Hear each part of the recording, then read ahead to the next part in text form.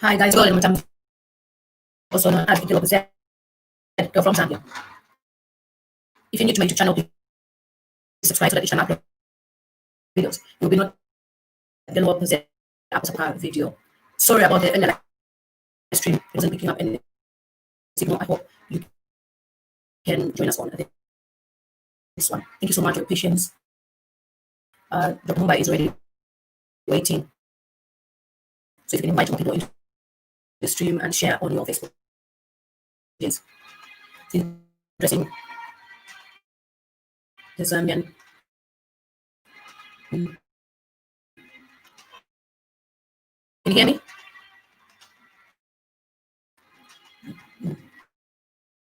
I'll try and see. Hold on. Yeah, let me know if you can hear me or not.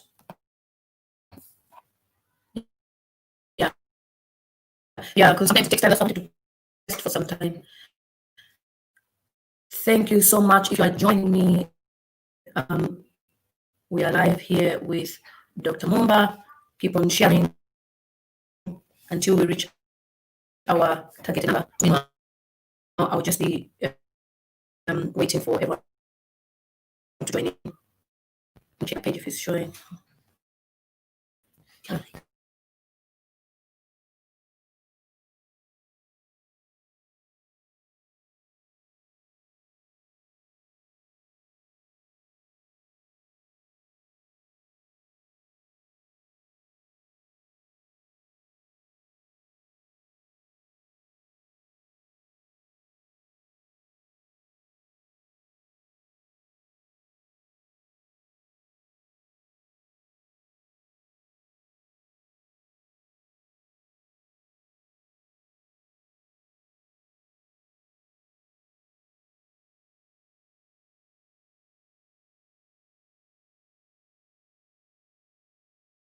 Nice. Don't do that. Hello, can you hear me? Can you hear me? Because I turned it off. Can you hear me? Can you hear me now? Can you hear me?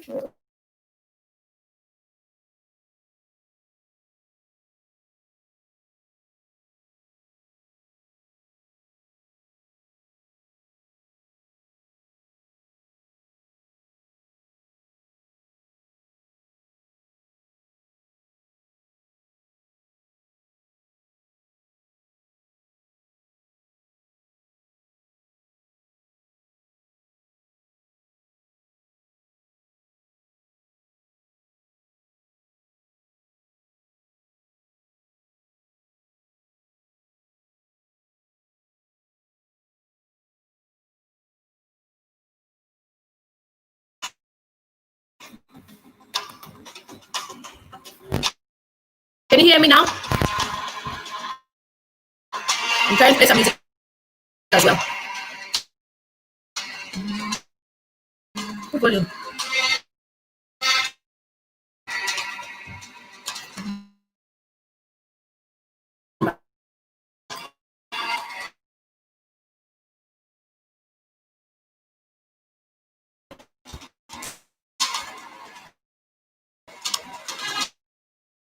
Can you hear me now? I'm just waiting for more people to come on, yeah?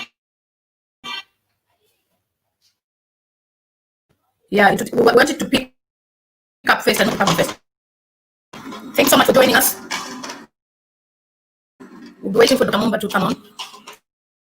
So share the stream. Share the stream as we wait for Dr. Mumba. So keep on sharing, keep on sharing. Keep on sharing. Now. Okay, thank you so much. Tell me where you're watching it from. Yeah, eventually to start. That's what it did even when we started earlier. I don't know. That's what a lot of people are using. Hi, Benny. How are you? Good to see you. We'll wait for you to pick up.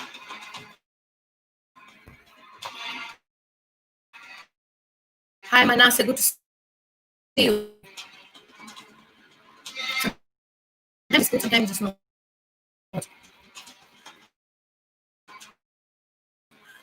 Hi, fellow. See more people coming in. That's good. Wait for more people coming.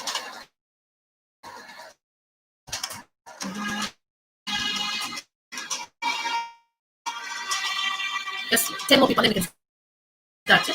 Louder.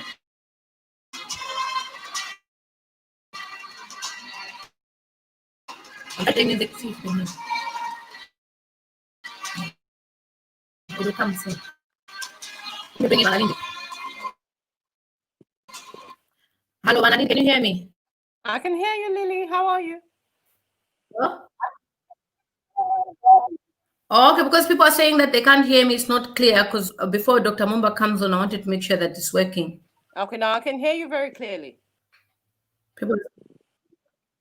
People are saying the network is bad.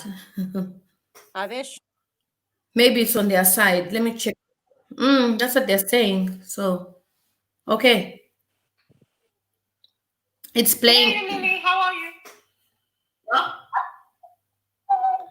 Okay. Oh, because people are saying it's not bad. It's not okay.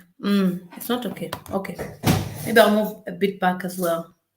Okay. Let me hide you. Yeah. I think with StreamYard, it takes a bit of time. Thank you so much for joining us. And I'll be bringing on Dr. Mumba. He's a very busy man, and we can't take it for granted. I just thought if you could address the youth of Zambia, because what's been happening, a lot of people are a bit distraught and heartbroken with what's going on. Yeah, with what's going on.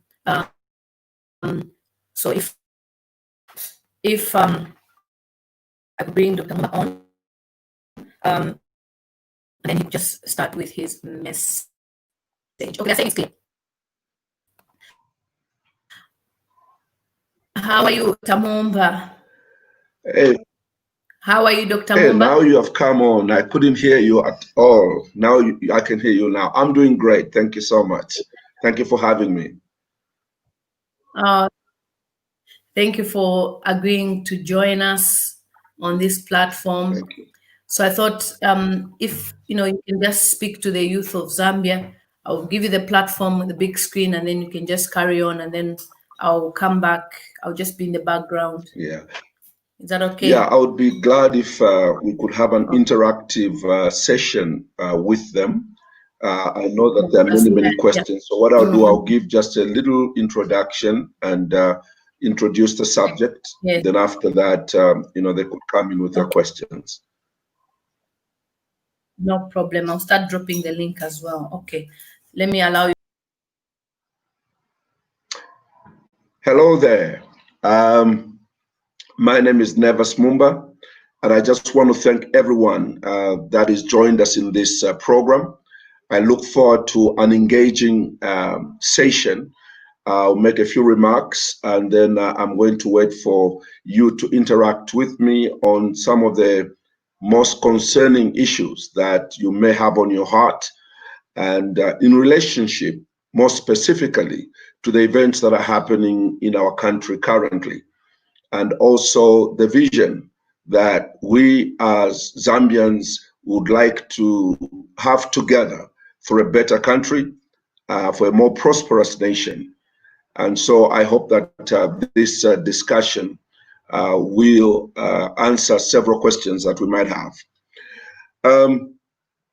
Quite a number of things have been happening in the country, arising from the statement that I made several days ago to the youth and the young people of our country.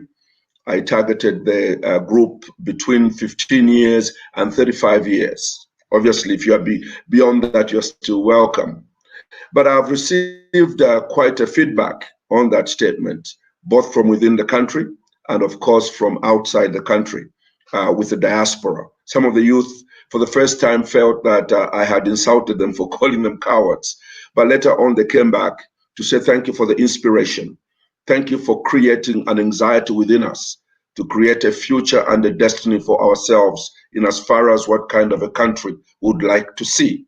So I'm happy that my provocation has brought great interest in the young people rising up to the challenge, realizing that they have a role to play in shaping the Zambia that we wish to see ahead of us. So today, my interest will be to just sort of put some framework to what I discussed with you in the last statement that I gave. There were a lot of questions that came up, and I want to address myself to some of those questions. I want to define a movement. A movement is usually, always actually, not usually, it is fueled by a cause, a reason. A cause sometimes that we call a cause worth dying for. It's that common cause when people agree together that because of this cause, we are going to fight to the end. That's what a movement is. And it's difficult to stop because it is not being targeted just against a certain individual, what he likes or what he doesn't like. It is a cause that is bigger than all of us. In this case, the best example that I can give is to ask the question, what is really bothering the young people of our country? Why are they getting so agitated all of a sudden? What has changed? What has become different that now the young people of our nation are getting agitated?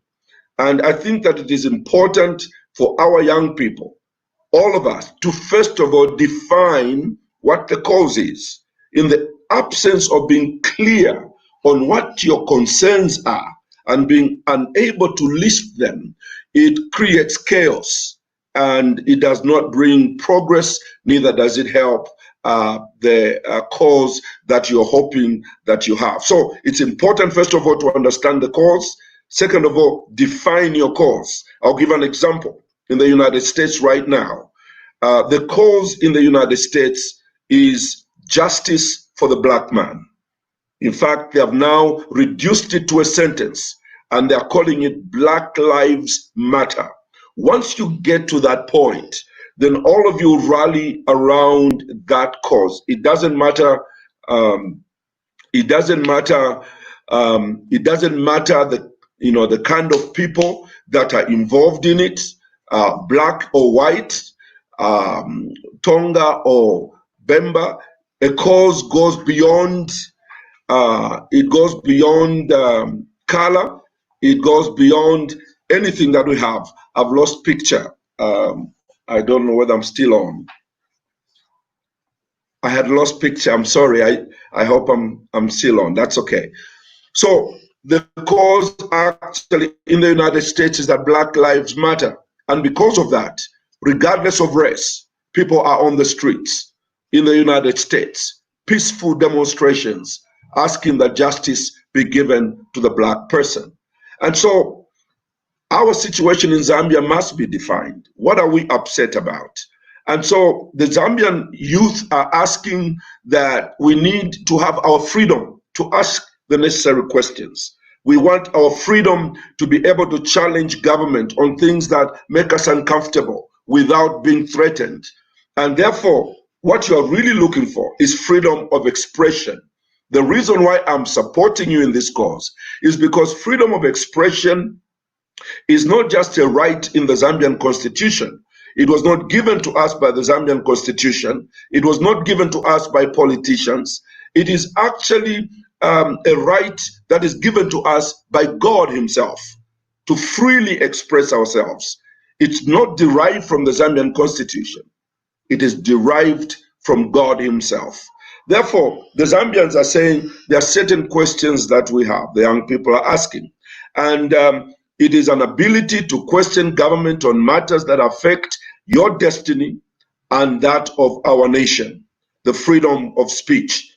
So here is how we need to approach this. We have concerns. First of all, once you list your concerns that we need our freedoms back, you need to challenge government using normal channels. You say, Mr. Government, we have these questions and we want them answers. You must use democratic means to achieve that. If government refuses to answer you, then you are going to ask for other democratic ways in which to perpetuate your concerns and to make sure that they are heard. But I want the young people of Zambia to know that it is your right to ask questions. Now, your goal in all this will be to bring government to account on everything that concerns you, on all of their actions. It is your right to demand accountability. Here we are not pushing for regime change, because pushing for regime change alone is really insufficient in answering the problem that we are facing. And I want everybody to understand me here. Let me speak heart to heart, because some people have never really understood my passion for my country. Look, we have had some good presidents in the past, but they find an institution or a system that really corrupts them. So the beginning is extremely exciting. The Zambians are excited. We have a new president. People just lose it as they celebrate the incoming president. Somewhere along the way, things begin to change. What changes these people? I remember when I came from Canada and came to contest the presidency of the MMD, and President Sata had just won the presidency. I was even allowed to feature on Zambian television on Sunday Interview twice. As they got used to being in government, they cut the opposition off, and I couldn't appear on ZNBC. Not only could I not appear on ZNBC, it came to a place where I could not even be allowed to go to ZNBC, because when I tried to do that, I was arrested and thrown in jail. So what creates that? Great beginning, bad ending for presidents. Good beginning for a government, and a very bad ending for that government. And I think this is something that you as the youth must demand. That probably your problem is not the president who is sitting there per se, because presidents are what I call disposable assets. Today he's there for 5 years and he leaves. It's like a sentence in jail. You have a term of being in jail for 5 years, 10 years. Once your jail sentence is over, you move on and get free. You are a president for a period of time.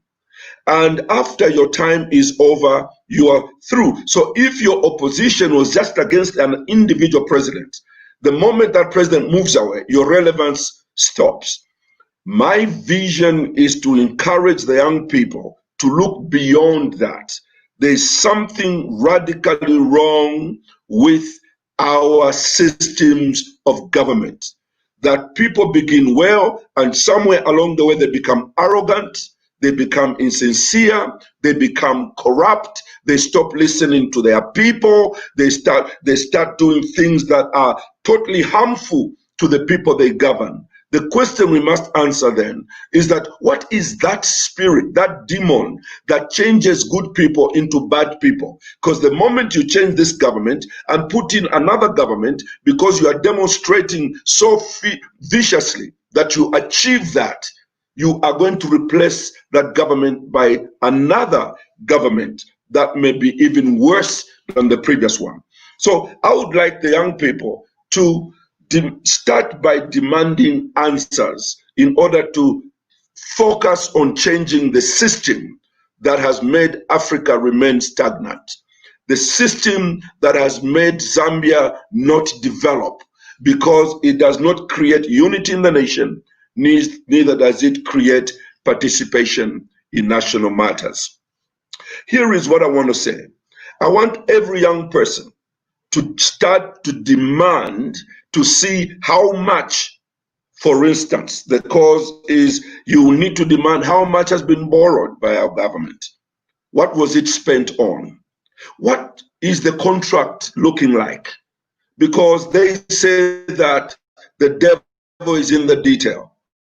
It is your right to know that debt we got from China, what was given there as collateral in case we default. Is it some asset of government? So that when you become president as a young person in your time, you're going to find that your country has been auctioned and assets have been auctioned. I think it is important that the young people insist on asking the difficult questions.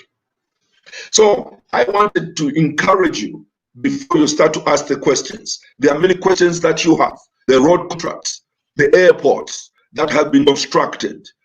Who bought the fire engine, benefited from the fire engines? What about the fertilizers that is bought? Who has benefited? Ask those questions and demand answers. Those are the issues that you should ask for to demand. Like that. Not hearing me? Lily, you are not hearing me? Back. Are you hearing me, Lily? Sorry, Dr. Mumba, we had lost you. Yes, yeah, we can hear you now. Yeah. We had lost you for a bit. You can hear me. Okay, let me conclude this. Yes, yeah. Carry on. But if you have a problem, just do that so that I stop talking. Okay? Yeah. So I would like to ask the young people that there's nothing wrong in you asking your government. Do not be intimidated. I want you to learn to ask the difficult questions and demand that government answers you. We want an accountable government, whether Nevers Mumba is president or somebody else is president. Because if you do not ask, you are not challenging the institution of government that corrupts very good people when they take over. So this is not about President Edgar Lungu. It is really about a system that becomes defunct and becomes dangerous to the very people that it's supposed to take care of. And I think that when you start to see those dangers, ask the questions, and the government must answer those questions. Some of the questions that are being asked today, the roads that are being constructed. We understand that roads that are supposed to cost a certain amount are costing so much more. Where's the difference going? We have fire engines that were bought for $1 million a piece.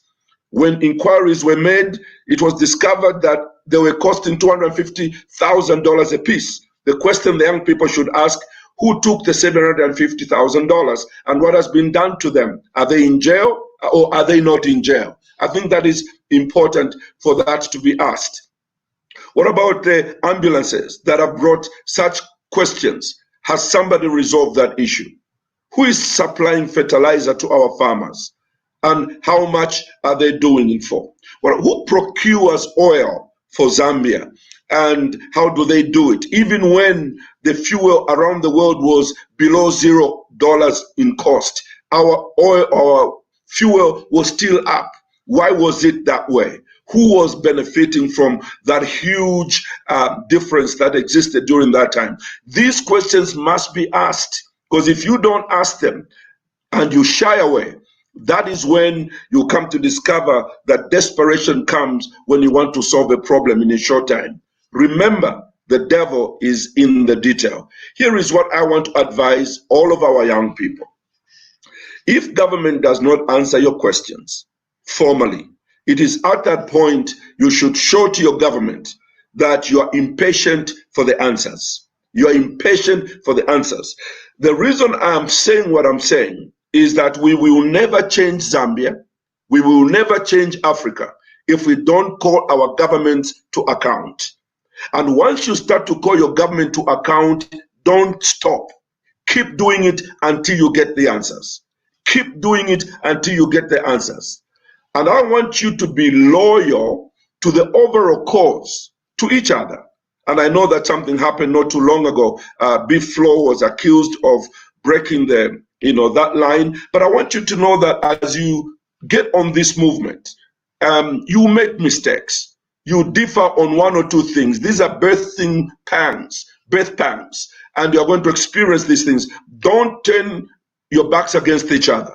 Correct one another and move forward.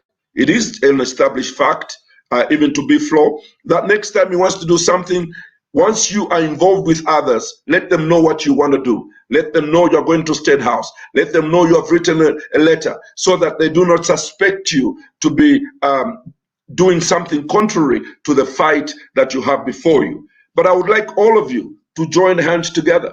Move with B-Flow. I mean, it's a big fight, and it's not a one-day fight. It's going to take several months to overcome it. But keep asking the questions.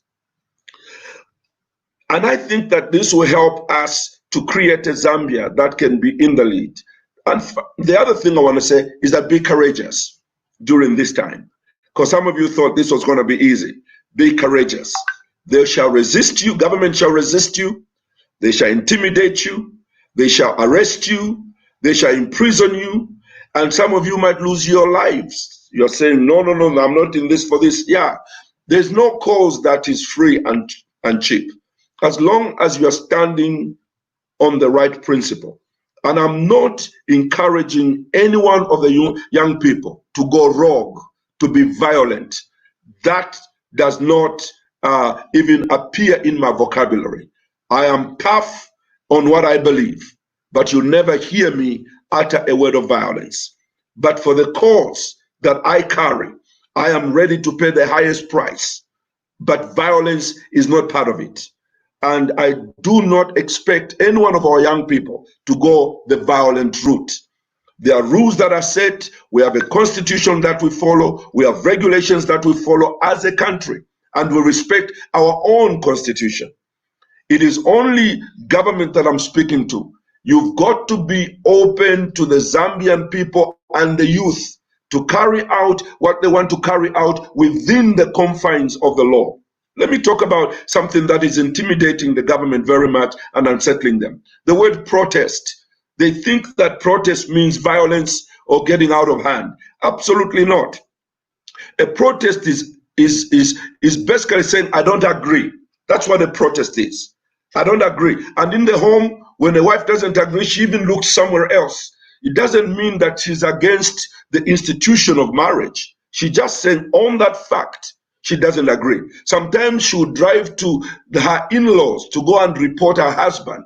It's a protest so that something can be corrected. Government, do not be intimidated by a protest. In fact, a government can avoid the protest by listening to what the people are saying, creating a forum where government can answer the questions of the citizens. But now we have a situation where people are asking the questions that I've been talking about. We had ritual killings. Nobody talks to us about who has been arrested and how that has gone. We had the fire engines that are not accounted for. Government doesn't talk to us about it. Situations that have happened in the past that citizens are concerned about, government has not been talking. We want a talking government. My appeal to the president is once in a while he stands on that platform and gives hope to the Zambian people that when they're asking why are we in such debt and where have we used this money, the president should once in a while stand up there and address the Zambian people and say our debt is this much. My government is doing ABCD to bring this debt down. And we have made interventions to make sure that we take care of our people in terms of the cost of mealie meal, in terms of cost of ZESCO, in terms of cost of water, in terms of cost of fuel. Government must be in the lead talking to the people. Our government as it stands, the Patriotic Front government does not talk. When they talk, they answer questions they themselves are asking, not the questions that the people are asking. Our questions are very basic. The questions of the young people are basic. Why are you giving the issue of God to foreigners? Give us a good answer. Why should we hire a consultant from France to solve our reconstruction or rearrangement of our debt? Why can't we do it ourselves since we have got people qualified to do that in our country? The government should come and answer that question. Why isn't the mealie meal price coming down? Why does it continue to go up? Government must give an intelligent answer. and Zambians must flow with government by government. As you can't govern without talking. You've got to talk to your people. There are many questions, and the reason why young people are rising up is because they don't know the answers to the questions they have. And unfortunately, only the government can answer. But I want to tell the young people, be courageous. God spoke to Joshua, who was about to lead the children of Israel into freedom. He said, be courageous, be strong, and be courageous. And I said to the young people, be courageous. Be courageous if you're going to be part of this, because a lot shall be demanded from you. Demanding accountability from any government in Africa is not an easy thing. But I hope and pray that our government is going to realize that when people ask questions, they are not trying to dethrone them or to have a regime change. As a matter of fact, only the government can trigger a regime change because they are refusing to answer the questions that are bothering the Zambian people. Young people do not have jobs. You don't want them to talk. It's not fair. When PF was coming into government, they promised that there'll be jobs for the young people, that there'll be money in people's pockets. That is not happening. And if the young people ask the question, it is right for government, and it's the responsibility of government to respect the young people and say, young people, yes, we promised you jobs, but we ran into some problems, and we are working on it to fix it, and together we can fix it. You can never govern the country from a mountaintop alone. You've got to come down to the people, hold hands with them, and march together to making Zambia a better country. You cannot impose yourselves on the electorate and force them just to believe you. This last example I'm going to give, I'm giving it to the benefit of government.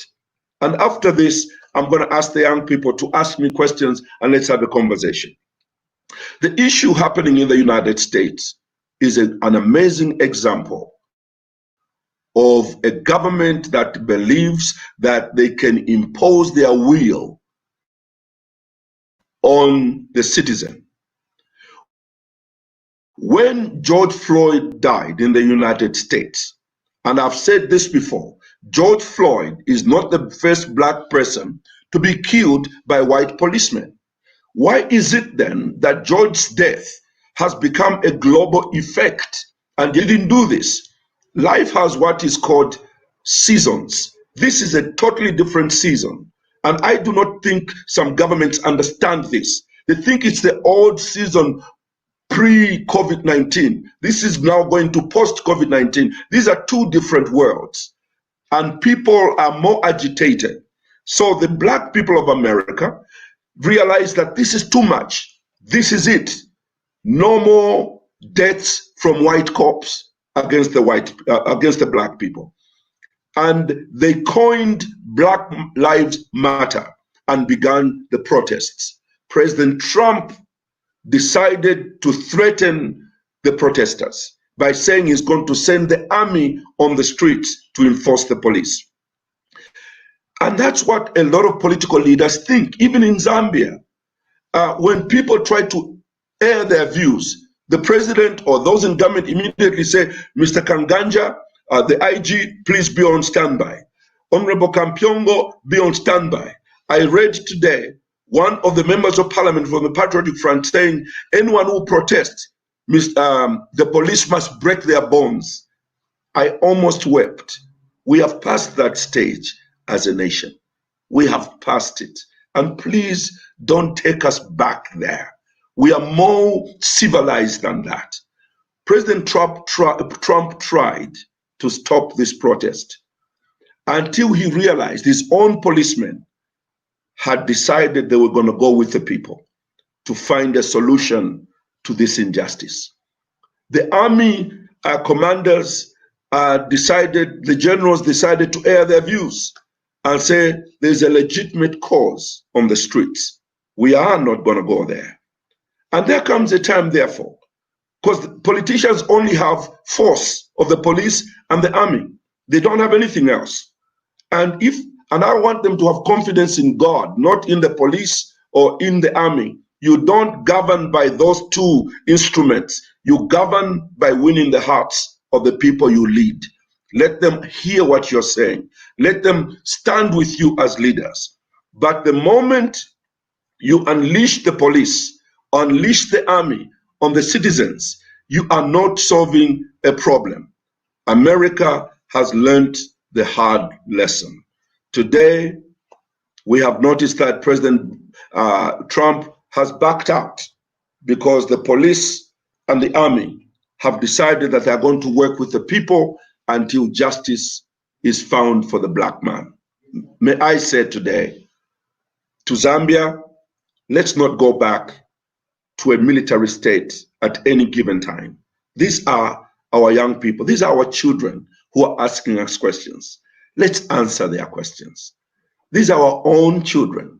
Let's just answer their questions. It doesn't matter how tough the questions are. It's their country, it's their future, and they're entitled to ask those questions. If you push them, the soldiers, if you push the police, just here in Malawi, not too long ago, the soldiers switched camp and began to stand with the opposition instead of the government. Why? Because the government misread the people. The government that succeeds is the government that gets on the side of the people. I ask Patriotic Front to get on the side of the young people in order to resolve the challenges that are facing us as a people. And I want to say this as I conclude. We have major problems in this country. Yes, I know that. But together, we can overcome them all. PF alone, President Lungu alone, cannot overcome them. Not even with the police in full force. Not even with the military in the full force. The only way Zambia is going to shine and become a leading nation on the continent is when this government realizes the answer to our prosperity is not only in the hands of the Patriotic Front members, but it's in the hands of every citizen of this country. And more so, our young people, because we are wasting assets. The presidency is not there forever or as an individual. Today, there is Kenneth Kaunda. Tomorrow, there's Frederick Chiluba. The other day, there is Levi Mwanawasa. The following day, there is Rupia Banda. The other day, there is Michael Sata. Today, there is ECL. And so it goes. And tomorrow, there'll be someone else. And I just want to say this today. Let me not say someone else. There'll be Nevers Mumba, let me make that clear. But whichever one of us it is, we must understand we are wasting assets. In other words, we come and go. Zambia remains. The youth will take over from us. So let's listen to them. Let's respect them. I think that this information that I've given, I hope it encourages somebody to realize that we have a nation to build and we must build it together.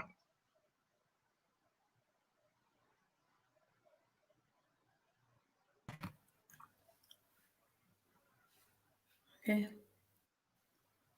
Thank you so much, Dr. Mumba.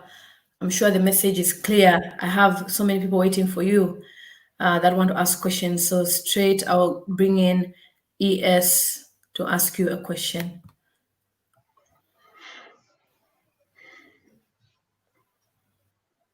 Hi, Herbert.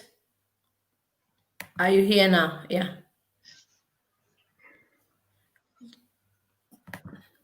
Yeah. Hold on. The microphone is microphone is off. The mic is off. Yeah, you need to unmute your mic. Your mic. Mic. Okay. All right. Yeah. I have. Okay. Mike, it's. No, we can hear you now. Okay. Can you hear me? Yes. Can you hear me? All right. Thank you. Good evening, sir. Good evening. Good evening, Your Honor. Thank you, sir. My question is simple, and and I found you on the way. So maybe I might ask a question that is you might have tackled on, but for my sake, sir, I want to find out. I've heard you. You've spoken very well, and I believe your words have won the heart of many people who are listening to you. How do we confront this situation in terms of the way our leaders have responded unto us? How would you encourage young people to coordinate this kind of thing? Because I think, as you said, seasons have changed. This is the first time in our history where we are having a youth movement which is very exposed to the things that are happening in the world. And right now, as a country, we are facing a lot of challenges. Every day we are going through things that are really, really bringing a lot of questions. How can we mobilize ourselves as a young generation that is going to confront the government because as much as, yes, there's this advice where people there's this thing where say, okay, let's get together, but how do we connect in this spirit and take on the government respectfully, yes, and so that they can answer us, sir? That's my question. Yeah. Yes, I did allude to that, but I think I'm going to repeat myself because that's an important question. As citizens have responsibilities, just like the governors do have responsibilities. We are not calling for a rogue behavior of the young people. I said, first of all, you have to define your cause as the young people. What are you concerned about? What do you want changed? What are you opposed to? Put it down. We call it a petition. And then once you can use your Facebooks to collect these concerns and Facebook over Facebook and write up the concerns that government must answer in that petition. And then you are going to appoint someone, a group of young people from all backgrounds, not just one, not just students, not just those who are doing business, not just the professionals, those who are starting business, just a combination of young people with different backgrounds, maybe, I don't know what number you decide. And then take that petition, if you want, to the president, or whichever way that you are going to think will be the best. It's the same thing that B-Flow wanted to do. But the mistake he made was he wrote the letter alone and he went to State House alone. But I want you to do that as the youth so that that document has the support of a cross-section and the consensus of the youth. Tell government we need answers to these questions, difficult questions. If they don't answer them, tell them or show them your impatience for their answers. And if they don't answer it, then there are other democratic means. You go to the police and say, we need a permit to demonstrate that these questions are answered.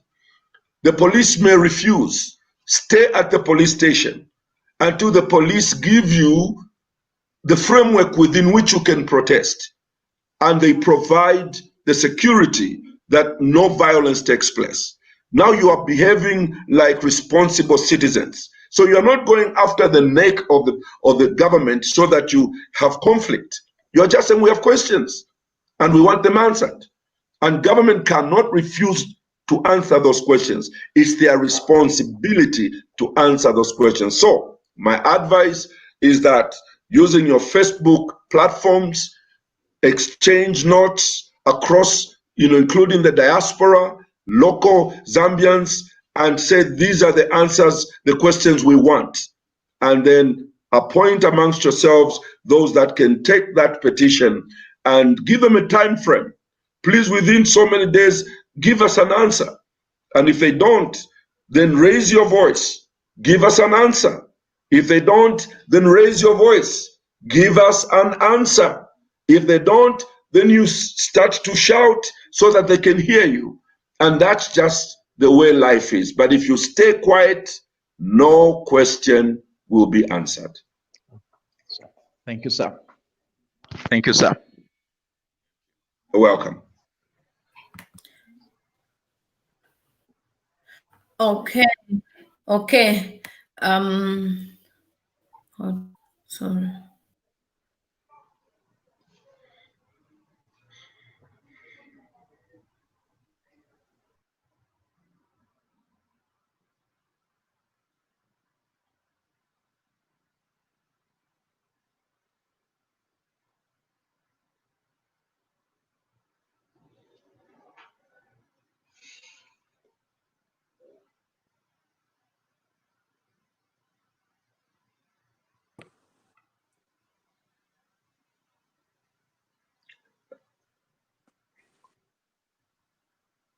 I think Joy is on now.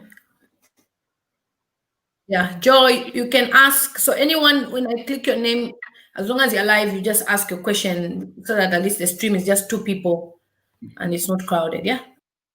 Thank you, Lily. Thank you, Mr. President. My audio was off slightly. That's okay. Yeah. For the presentation, so though I found it a little bit late in the middle. Yeah, my question is on institutional reforms. I think I don't know how you help us on that question, because how can we strengthen our institutions so that our institutions speak for the people independently, as opposed to how good or how polite or how humble an individual is? If along the way, according to how I followed in your presentation, people start very well. Along the way, they become, pompous. They don't listen to the people, and then the whole governance system seems not to listen to the people and seems to work against the people. So how can we strengthen the institutions so that the institutions remain autonomous and independent, and they are subject to the people and not to individuals? Mr. President, sir. Thank you, Joe. Let me put it this way. I think that the discomfort that has come to our young people is a good place to start, because you are holding government accountable. There is no progress that can take place in a democracy if the institutions are compromised. Currently in our country, our institutions are compromised.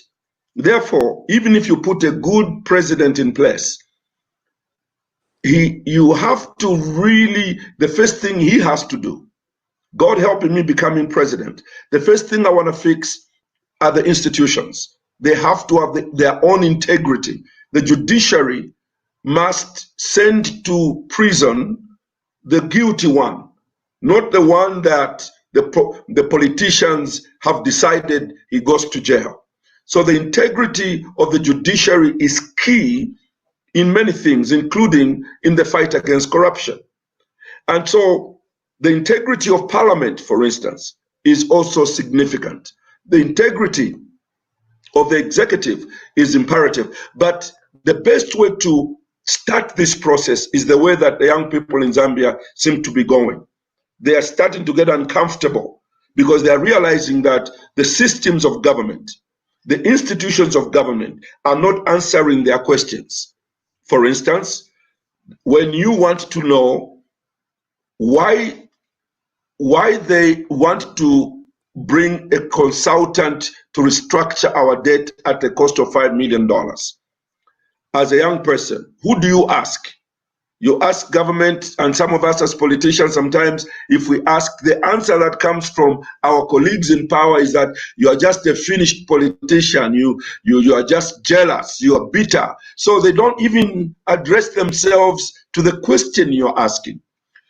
So I would like to propose that as the young people demand for answers, what you're actually doing is that you're letting the governors or the leaders in government realize, this time they are not letting us get away with it. So we cannot turn to the left or to the right. we have to provide this answer. And as you continue to push them to be accountable, even institutions begin to realize that if we don't do it right, we'll be called out. So the judiciary is going to start to position itself to release, proper judicial outputs from their courts. So I think that two things are important. Number one, the youth, as you have begun to call for accountability, please continue to do it. Number two, the president or the government in place must institute or have a vision to institute reforms in every sector and allow those sectors to operate independently and independent of political interference. And this is what politicians talk about all the time, but they don't do it.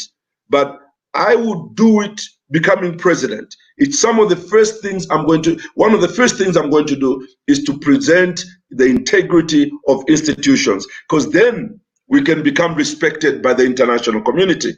Then I can stand up in New York and address the United Nations with my head high. Then I can be challenged by, the legislature if I go wrong. I can be challenged by the judiciary or the president if I go wrong. The youth will be able to talk to me without being intimidated or being taken to jail.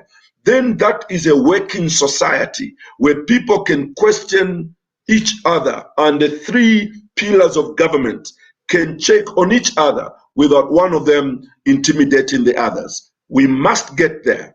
We must work on that project.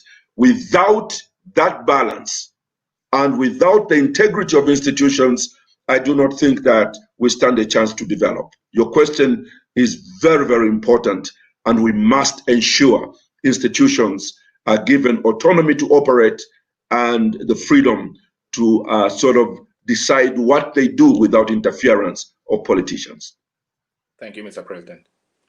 Thank you.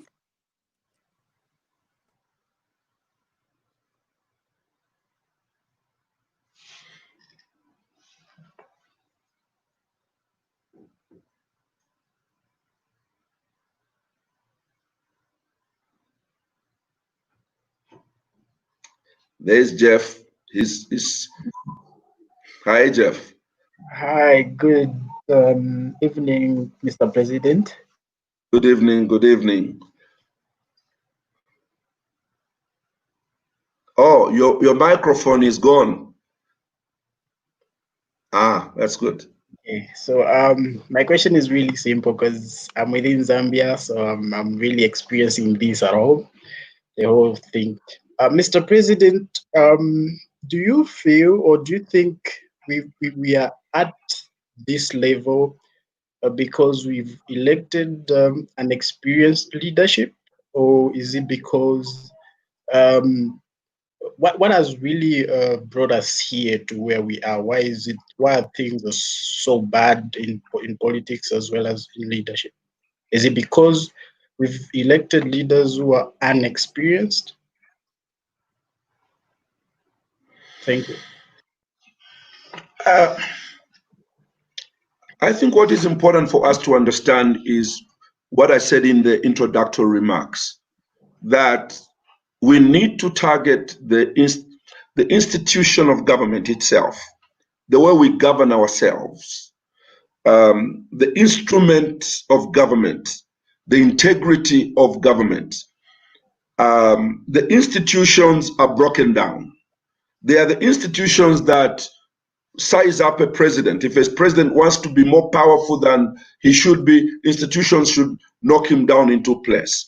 So human beings are just human beings. If you notice, a lot of our presidents are very good people when they start. Very, very good people. Kenneth Kaunda, President Kenneth Kaunda, an amazing, amazing man. He stayed for 27 years. Towards the end, even his language changed because of the institution. People come in well, but towards the end, the system changes them. So then your goal as the young people is to restructure this system, that it becomes a fully consultative and a system that has accountability as its main focus. You should never allow one individual to have so much power that he overlooks the role of institutions. So the problem we have in Zambia, obviously, I have continued to say that the answer to making Zambian better is to put in place leadership of morality and integrity in all sectors of our country, including that of president. Zambians should not be taken by the propaganda done by us as politicians. We come with the propaganda, call ourselves other names, and try to whip up a movement. No, but you should look at the history of the candidate. Morality and integrity is critical, especially in a country where institutions do not function. In this country, the police don't function on behalf of the Zambian people. So somebody must correct that, where the policeman understands that the one who pays him every month is not the IG. His salary does not come from the Minister of Home Affairs. His salary does not come from the President of the Republic of Zambia. The policeman on the street must understand his salary comes from the taxpayer. The same person he abuses is the same person who pays him.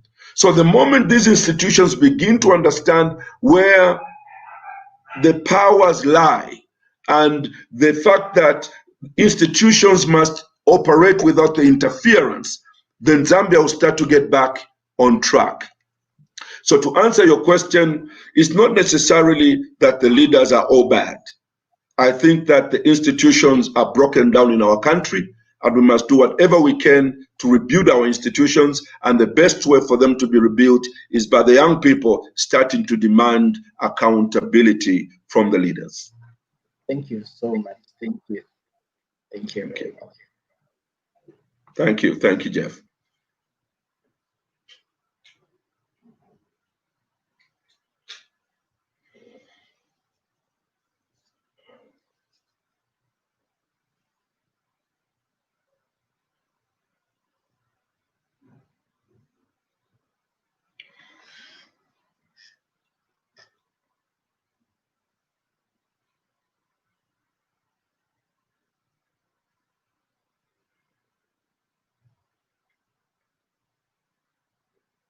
You are on, Trish.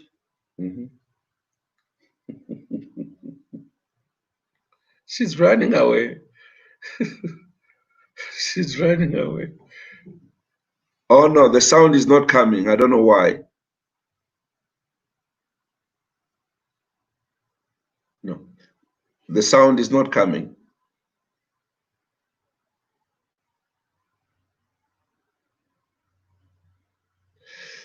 Your microphone is on, but the sound is not coming. Maybe the volume, I don't know. But your microphone is on, but you can't be heard.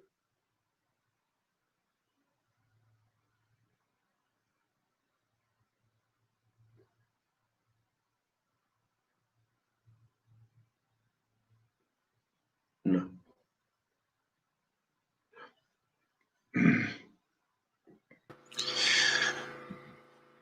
Hi, Dr. Mumba. Hello there. Good evening or good morning or afternoon. It's afternoon my time. All right. Yeah, I have been following a lot of the developments, you know, not just here in Zambia, but my heart is for the continent. You know, the child of African parents. You can't help but feel the pain when your people are going through these turbulent time, when you understand how a certain people on this planet are thriving and progressing, but for some reason your people are not moving forward in the way that they should. And when you look at the youths around you and you understand how much they are struggling.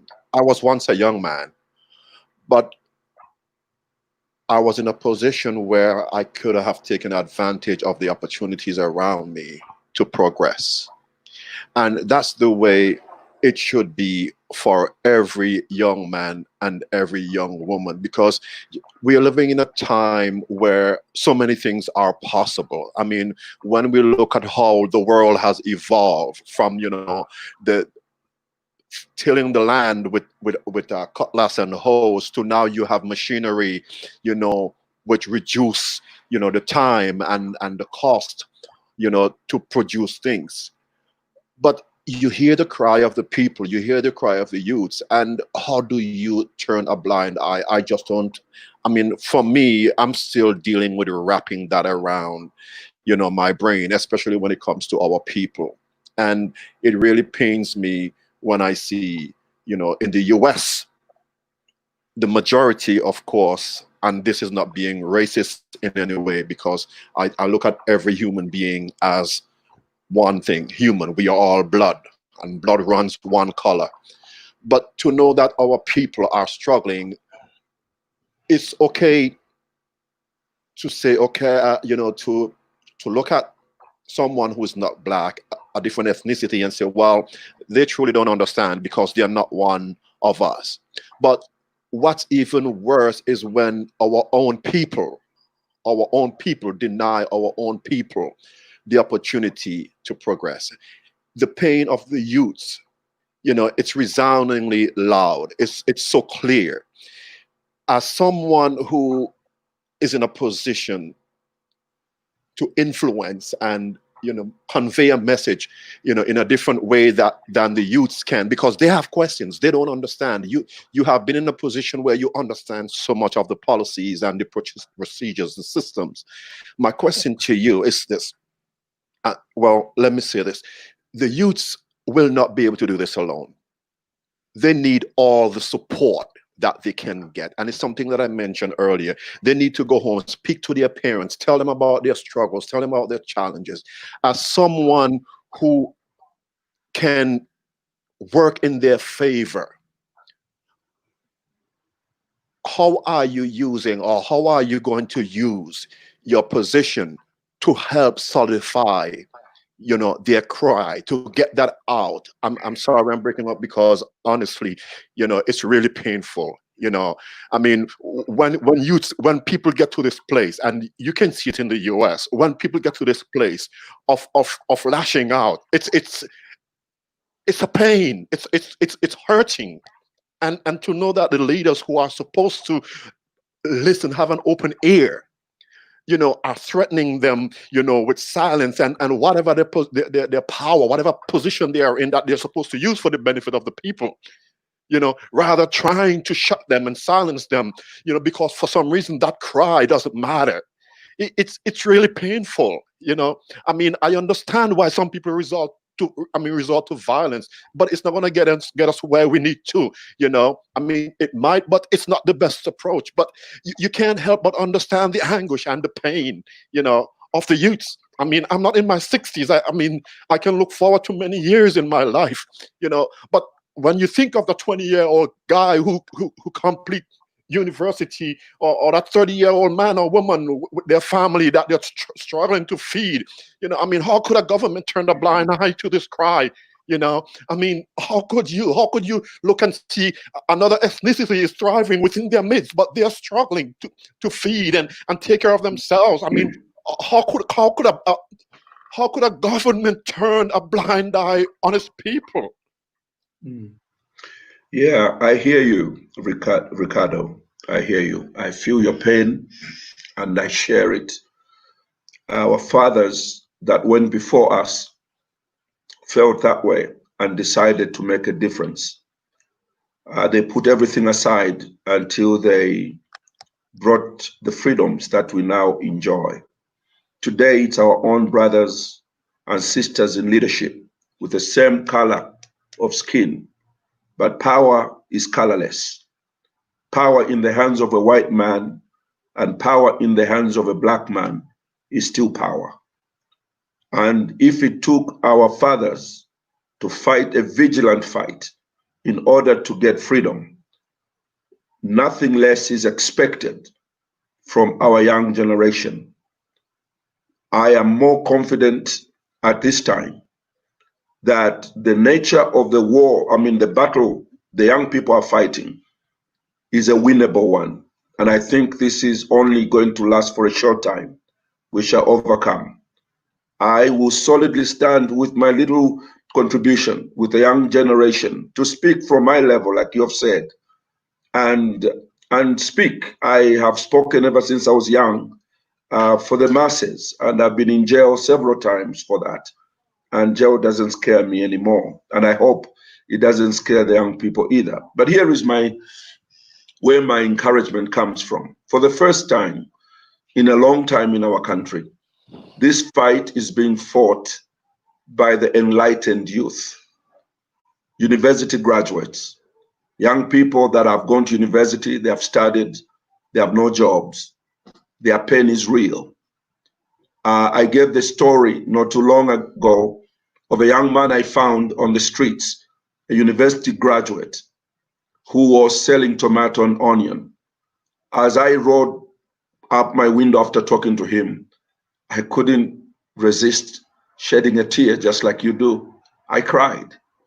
I said, but we promised them so much. And that young boy, the parents, and he was an orphan. He grew up sponsored by missionary organizations until he got to university as an orphan. And he graduated. And all he can do is sell tomato on the street. Today, I got a picture from one of my leaders from about another graduate that was selling charcoal by the roadside. And these are terrible things. We can't live like this. We just have to make up our minds.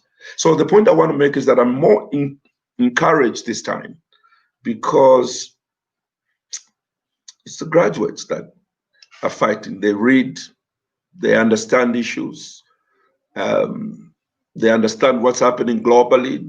They have traveled to other parts of the world to see how other countries are run. But you know, President Sata, when he came, may his soul rest in peace, he also created another environment. And the young people that he took were the young people, unfortunately, amongst us who didn't have an opportunity to go to school, did not have an opportunity to see the inside of a university. They're just from the streets. And I mean, they have the right to contribute to this country, but most of them can't even read. They have not read, and they're the ones now in charge. So the fight that I'm seeing coming now in the next few months is not even between this new generation of informed youth and government. It's going to be this new informed group of youth with the other group of youth who are being used every day by politicians, by giving them money and by just using them for violence, because now they are going to be using the same unfortunate young brothers of ours who never had an opportunity to get an education to commit violent crimes against you young people that are now asking for freedom. We just need to change the entire system of government. We can't continue like this. That's why a lot of our young people finish school and leave Zambia or Africa, because who wants to live like this? Who wants to live in a country without order? Who wants to live in a country where criminals are more honored than those who are playing by the rules? Who wants to live in a country that does not honor or reward those who faithfully do their part? Nobody. So I think that we need to be very careful how we choose our leaders. We have another opportunity in 2021 to make a choice. And I know that the young people are able to make a major change and difference. But it's painful. I hear you, Ricardo, and I hope that you know, everyone else is listening to this. All I can say to the young people: don't be afraid. Be courageous. Be strong and be courageous. Our fathers were strong and they were courageous, and they got what they wanted. We must be strong and courageous, and we shall get what we want: a better Zambia. And I truly want Zambia to be a #1 country on the African continent. It shall be done.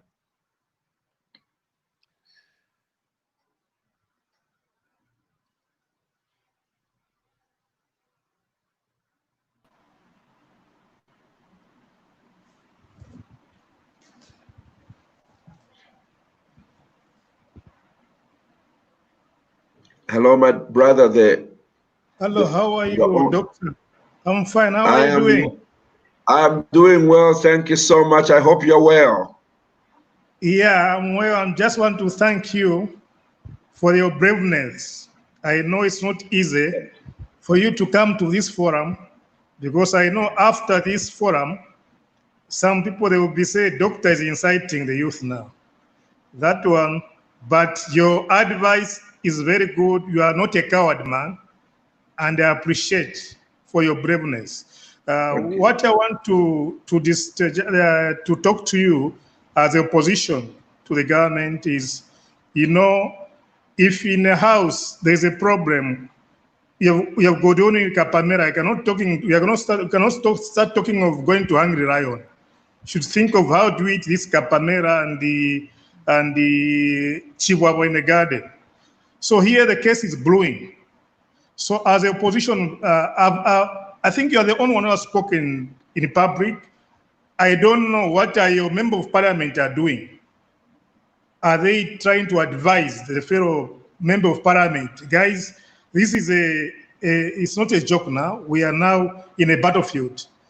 And I'm in a land where I've experienced losing 500 youth within 3 months. I'm not talking from a joke, from my experience.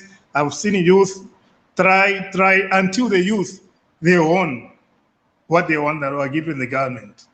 So I wouldn't like to see same thing happening to my fellow Zambian youth. One, Zambia is a poor country, because during this riot, which and protest, a lot of things were damaged. So I wouldn't like you are saying, let that thing happen to Zambia. So what I'm asking, Honorable President, let the opposition MPs talk to fellow MPs so that they found a solution.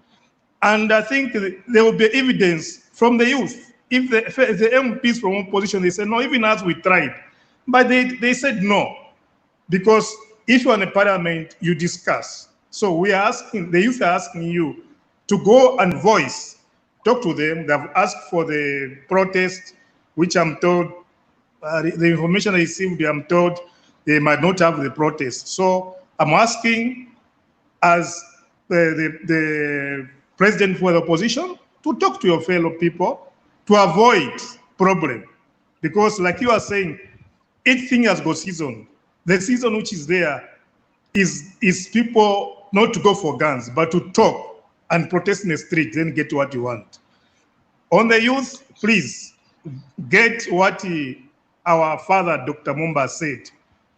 It's a word of wisdom. Let's not use violence, because violence, it would not take anywhere. And continue. You should not have cowardness. Human Rights Act was passed in 1948 by the United Nations, which embodied all the countries in the world. So you are on the right path. Do it in the right way. Don't fear. Talk to them, and so on. For those who have, like Dr. Mumba said, the Bifro, Malembe, please don't laugh at them. It's part of life. Without them, this fire could not be started. They put small stick, some people put paraffin, and the fire started. So I thank Malembe, Chichela, and Bifro. So just be strong and so on. So, Honorable, my only question I'm asking you, as a party for MMD, I really appreciate for you to come into this platform. I know it's not that partisan. What is your manifesto regarding the youth? Because there's a cry from the youth. What is a manifesto regarding the youth? Thank you very much. Well, thank you, my brother. Just to be quick, first of all, the youth cannot function effectively in a broken society. My responsibility as president, at the time that God allows it, is to ensure that we put in place order and a structure that will make the young people succeed. I think that innovation of the young people, especially Zambian youth, is amazing. When I was growing up at Hillcrest as a student, we used to have JET fairs, which are junior engineering trades in the city, I mean, in the provinces. And the innovation of the young people would be brought to the fore. We're going to have that at national level, where every innovation of the young person is going to be looked at, and then a number of them selected. I've already started a process of putting in place a youth bank, a bank for the youth. And what we are hoping is to work with Africa Development Bank, and we hope that they can cooperate, but they have a provision for us to work on that. And I think that the innovation of the young people has to be sponsored directly so that they become our future, they become our researchers. Whenever there's a problem, you notice that in the United States, whenever there's a problem, they throw it to the universities, you know, to resolve the problem. And even with the pandemic, the statistics that we are using are coming from universities like Boston University, coming from, Georgetown University. And that's just the way it should be. And we need our young people to be encouraged to be in the center stage of innovation for Zambia. So we do have a plan to work with them, that what we promise them in empowering them with their small businesses, that is not something we just talk about. It is something that we would like to see happen. But this may not be the forum for the manifesto, because that would need more time, except to echo what you have said. I think that everyone plays a part. Biflo, Malembe, Chela Tukuta, these are all my sons, by the way. And so they're doing an excellent job to express themselves. However, my emphasis to all of them, the success of your mission is to make sure that you don't break the law in order to bring about the right thing. Let those who oppose you, if government doesn't want to hear you, let them be the ones to break the law, not you, because your intention is not to injure government or break buildings. Your intention is, I have this question, can government answer it? And just like our fathers did, Kenneth Kaunda did it, Mahatma Gandhi did it, Martin Luther King Jr. did it, they all did it in peace and in non-violence manner. And I will push for non-violence in resolving our problems as a nation. Dr. Mumba, how are you, sir? Very well, Roger. How are you? I'm well. This is Roger in Canada, Zambia Block Talk Radio. Yes, sir. Yeah, good to have you. I've got two submissions, very simple one. Number one, Honorable Sambo today posted on Twitter how he's saying all leadership comes from God. As a man of God, please help us reconcile when Bible tells us that when the righteous rule in the nation, the people rejoice. And when the unrighteous rule, the people are sad. So how do we reconcile these two? He seems to be suggesting that since he's appointed by God, we should not be criticizing them. That's the way I take it. The second part, Dr. Mumba, I want to submit to you again. Last week on our radio, we talked about the mining industry in Ontario, the province of Ontario, here in Canada, where I am. It contributes about 40% of whatever is earned remains in Canada.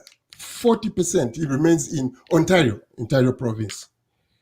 In Zambia, however, the mining industry only contributes about 5% of what they get. Whatever they do, is it taxes, they will dribble us, maybe a little bit of wages here and there, but at the end of the day, only 5% remains. And this is not only PF problem, all the governments who have been there. And therefore, the need for us to guard this gold which has been found in Mwinilunga, and the young youth why they should stand up and stay strong, because we've seen our government is already giving it away to the Ugandans, which does not make sense at all. This is one thing, one area we should apply to every youth. To block this God doesn't go anywhere, belongs to us. We're going to do that. For us who are living in diaspora, Dr. Mumba, it is painful. It is painful. Thank you. Thank you. Thank you, Roger.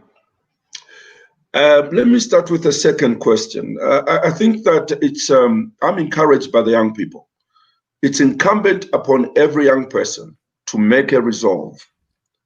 First of all, to stop this government from those things that we feel uncomfortable about. Yes. And I call it peaceful engagement.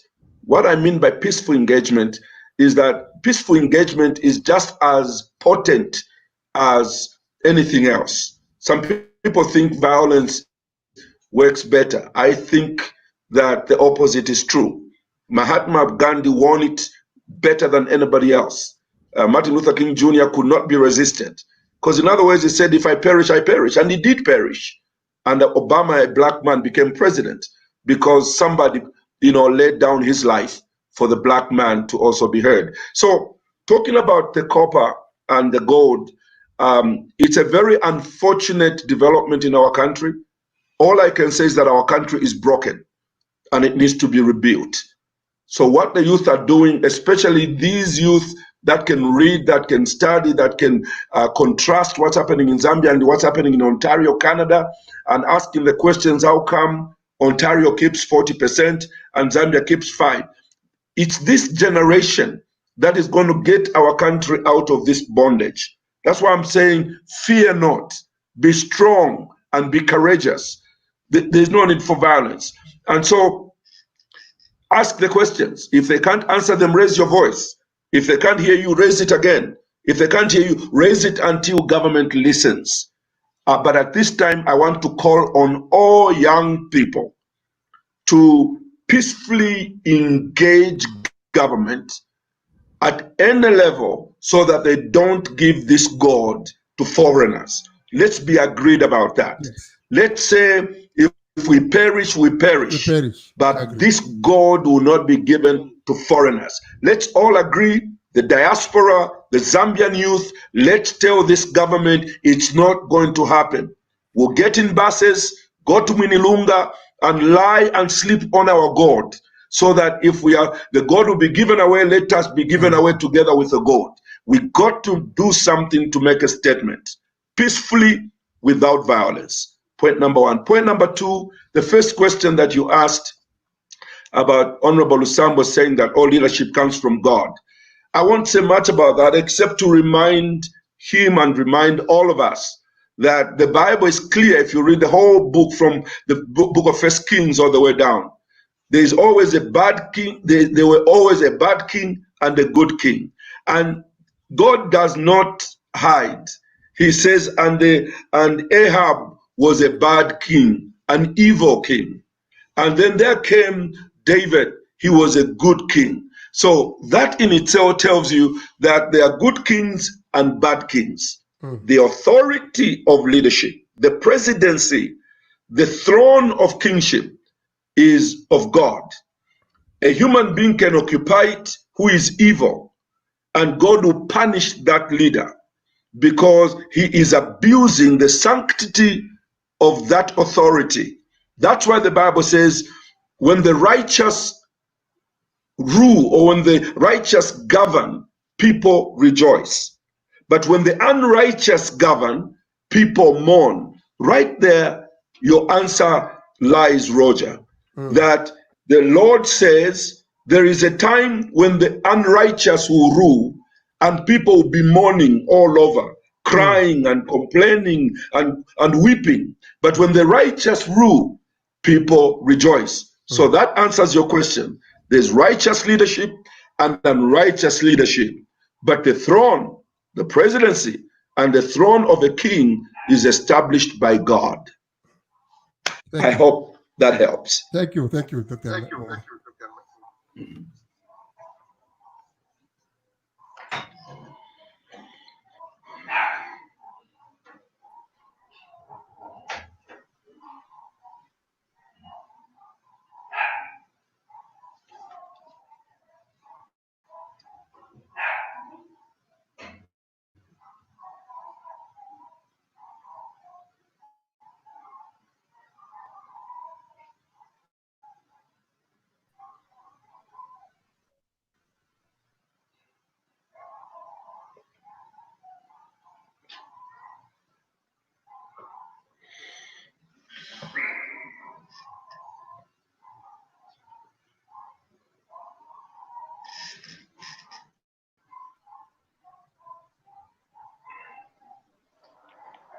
Hello, good evening. Hello?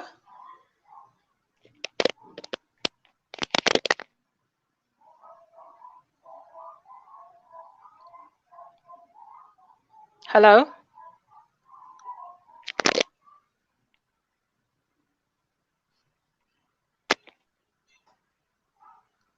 Hello?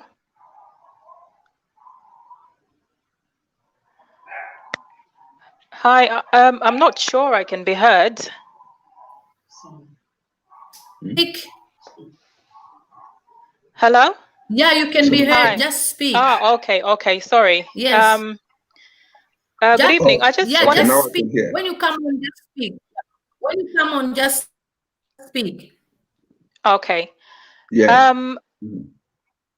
I was just wondering what your thoughts were on what's happening in Zambia, whether maybe there's a problem with leadership. Do we lack good leaders? Because there's certain things I've seen, like the recent video which was leaked where the president is heard admitting about corruption within the government, but saying he doesn't understand why the Anti-Corruption Commission have taken so long when they can just get on with their jobs.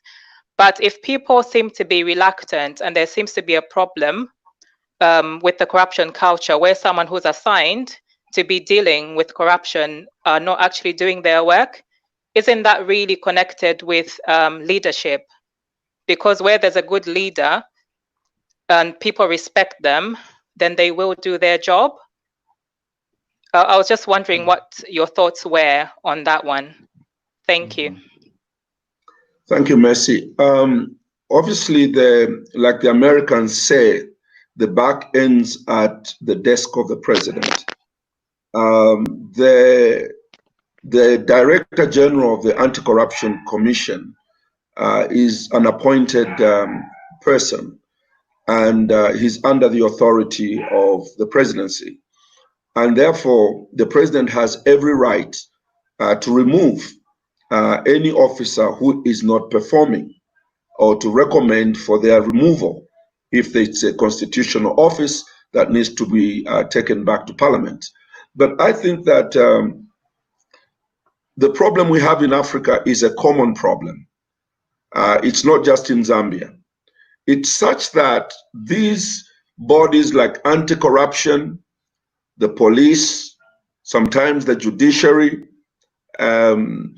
these very sensitive judicial bodies that are supposed to sustain the integrity of a nation, most of them in most African countries, including ours, are corrupted to the extent that there'll be two people standing here, and one may be opposition, the other one belonging to the ruling party, and the police they'll commit the same crime.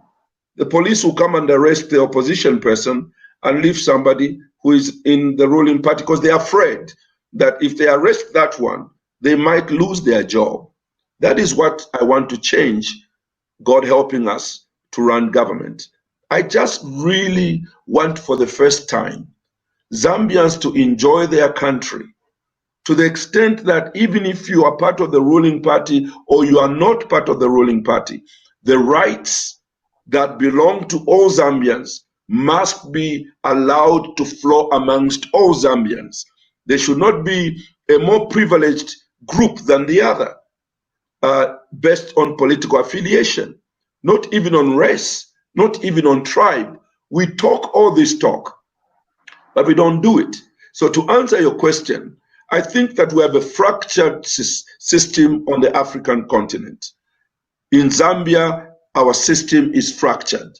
I look forward to a day when the Inspector General of Police will be fully in charge to play his role without any influence. Every judge to make judgment in their courthouses without looking behind them to see who is whispering to them. I think this time is coming. Why do I say so? Because this is the first time, I want to repeat, this is the first time this level of youth has gotten involved in trying to make a difference. they were not involved. Graduates, they left it all to those young brothers and sons and daughters who have not had an opportunity to go to school, who were being abused every day by politicians. They give them 20 kwacha and they give them pangas and they go and kill others because they don't know any better. But this new generation, I'm excited about it. I hope that they shall be courageous enough to carry through, to reform our nation, to redo our system of government so that accountability becomes our second name as a country. Thank you so much. You're welcome.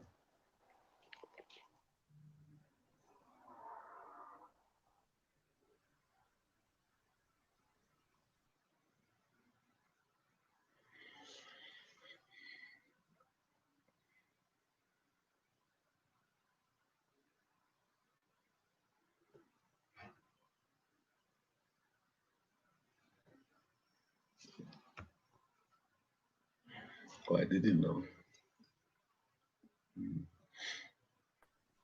Good evening, sir. How are you? Good evening. Good evening. Who is this? My name is Chichi, sir. Yes, Chichi. Thank you. Please go ahead. I hope you're well. And I would I'm like to doing take this very well. opportunity. I would like to take this opportunity, sir, to thank you for setting aside time for us so that we can have this podium to ask questions. Thank you so You're much. welcome. You're welcome. I've got two questions, sir. The first question is why haven't you taken steps to start a new political party that will involve youths? Seeing as MMD has left scars in people that they are still healing from. And the second question, sorry, my voice is shaky because I'm a bit nervous. No, you're doing great. Thank you so much. You're doing great. And the second question is freedom of expression also ranked as freedom of speech? I ask this because I have realized that besides people being unable to freely act out or to express themselves, it's also never possible for people to simply voice themselves out. For example, the incident that happened with Mr. Pilato, the musician, he freely expressed himself through his music, yet he was a wanted man in his own country by his government. He had to run from his own country to come to South Africa to hide out there for 3 months. So I just wanted to find out those two questions. And thank you once again. Thank you, Chichi. Very clear questions, so you are not really shaking or anything. Thank you. The first question on the movement for multi-party democracy. It is true that we have received some submissions from a number of people that feel that the name of MMD could have left some scars. Next week, I believe it's on Wednesday, I'm hosting a program, a live television program, and will be hooked on several Facebook pages. We are discussing this very matter of the name of MMD. I just want to discuss with the nation what it is that they're against. Is it because the people that were there before are not there, and I'm not Frederick Chiluba, I'm not Levi Mwanawasa, I'm not Rupia Banda, I'm Nevers Mumba. Why should I be judged by anything that happened before me? But I do understand that names have a way of leaving a scar. But just to assure you, next week we are making it a subject matter, and I hope you could join us online and give this contribution. We'll have a panel of senior leaders from society that are going to debate this issue of MMD. We have called it New Hope MMD now because I am departing from the old MMD, and I would like to make my point that it is under my watch now, and I believe in certain values, and I hope Zambians can assess me within my own rights and not use somebody's name. But we think that that debate will give us direction as to what to do. Now, the second question is about the freedom of expression and freedom of speech. Is there a difference? In a way, yes, there is, but it's the same thing. I think that freedom of expression is that you can express yourself in any way you want, as long as it doesn't injure the freedoms of others. And I think what we are fighting for right now, what the youth are fighting for, is the freedom of expression, the freedom of speech, which means that once they don't like something, they should speak out without being intimidated. What happened last week is that these young people spoke out and said, for instance, Malembe Malembe spoke out and said, Mr. President, don't give that gold mine to foreigners, because you are going to lose the election if you do that. Zambians don't want that. That's a freedom of speech. You say what you feel and express it, and express what you feel by speech. And that's what he did. But he was cut short and told to apologize. The question is, how do you apologize for saying to the president, you know, don't give that, that asset to foreigners? I think that these are expressions from citizens, and the president or the leadership of the country should listen to it. If it makes sense, they use it. If it doesn't make sense, they should answer it and say, no, we are still going to give it to foreigners because of reason 1, 2, 3. But you don't tell that person to apologize. So I think the issue of freedoms is under threat in our country. That is why we are now counting on the young people not to be intimidated, because it's your God-given right to speak what is on your heart. And I just pray that the young people are not going to be intimidated. You are our hope to create and frame a great future for Zambia. So if we have cowards for young people, then the country will continue going backwards, because you can't improve the country without fresh voices, new innovation, and new ideas. And all those things are in the youth. And we are looking to you to be brave, to be strong, speak out even when you are thrown in jail. Even from jail, you can speak. I thank you. Thank you so much, sir. I just want some advice from you with regards to, let's say one wants to start a peaceful protest where they are, in the country where they're residing.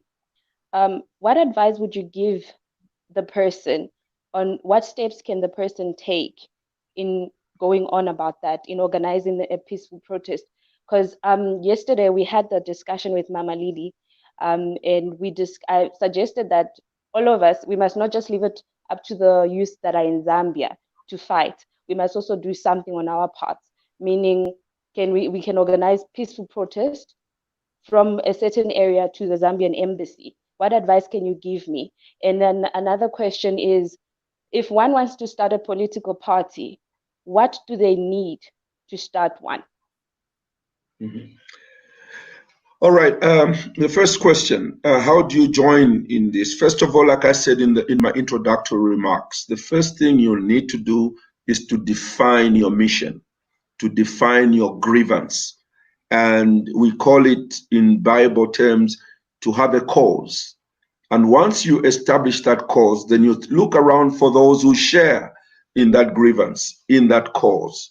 And then together, if you're a citizen of Zambia, for instance, and there's many of you as it is now, I advised already that it is important for these people to get together using your various platforms, list your concerns and demands you are making on this government, and then choose a number amongst yourselves from different backgrounds and let them take that petition without really creating a fracas of too many people, maybe 12 maximum. They take that to the president, to the Minister of Home Affairs, wherever they choose to take it, and say, please give us an answer within 7 days so that we know what to do. If government refuses to answer you, then you have to decide how to raise the bar of your questioning. And the word protest comes in when all options are failed. Then you say, you know what, we are now just going to go on the streets as long as it's peaceful. And this is what I'm pushing for. I am not for violent protests. It doesn't help anybody. Even the United States, there are always elements that want to, join into a movement so that they can, make the cause dirty. But I would like for us to keep our focus. We want what belongs to Zambians to remain in the hands of Zambians. We don't want the Chinese to be more citizens in Zambia than the owners of the country. The young people are very clear. We need jobs. We have graduated from the university and we need jobs. And if you're not going to give us jobs, then give us opportunities instead of giving them to foreigners so that we can create our own jobs. If you can empower us. These are the questions the young people have. So I think I'll leave that on the side. So you first have to have a cause, find the people who share your cause, start through the different stages, and don't start with violence, don't do violence, start with the process. Let the government be violent against you, but don't be violent against them. That's number one. Number two, how do you start a political party? Well, it's a process like you're starting a business. You have people who are interested in your ethos. What is it that you want to achieve? You get together and complete paperwork at the Registrar of Societies and apply for the name. And if the name is clear, then you apply with your constitution and with what you want to achieve. Then it's a process that is not very long, but as long you'll be advised at the Registrar of Societies. Thank you so much, sir. Have a blessed evening. God bless you. You too. Thank you so much. Thank you. Thank you. Hey, that little one.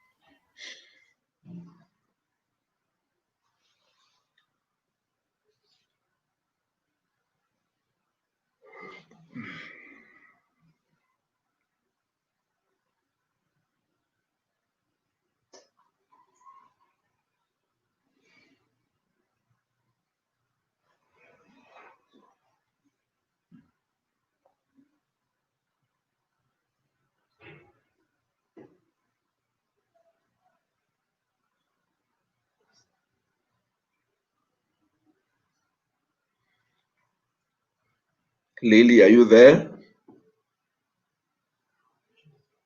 Going on? Oh, hello. Oh, there we go. Good evening, Dr. Nevers. Oh, there you are. I can hear you now. Yes, please. Okay. Thank you so much for giving us this opportunity to speak up and ask you questions. So myself, I'm based in London, and the thing that I'm finding is that Zambians in diaspora, we sometimes don't feel very valued by other Zambians actually in Zambia. So in regards to let me just ask a question. How can we utilize the skills of Zambians in the diaspora to help build our future nation? Because so many of us have got different talents and we want to help build a new Zambia, but we're not always invited to the table and we're not always encouraged to come to the table. For future, how can that change and how can we also be given opportunities to build our country? First of all, the diaspora, those of you that are in the diaspora are part and parcel of the recreation of our nation to become what it should be. And any leadership that overlooks the place of the diaspora in rebuilding their nation are totally misplacing their opportunities. I went to school outside this country. I was in the United States. I stayed in Canada for some time. And I know that through my interaction with the Zambians in Canada when I was High Commissioner, I discovered the immense exposure that Zambians have and also the passion they actually have for the country. And so we started to work on ways in which to make linkage between the diaspora and Zambia so that they can participate not only in the formulation of different policies, but also they can also participate in the business back home. And I hope that, you know, we can make this thing become more practical. And unfortunately, it all depends on those who are in government at any particular time.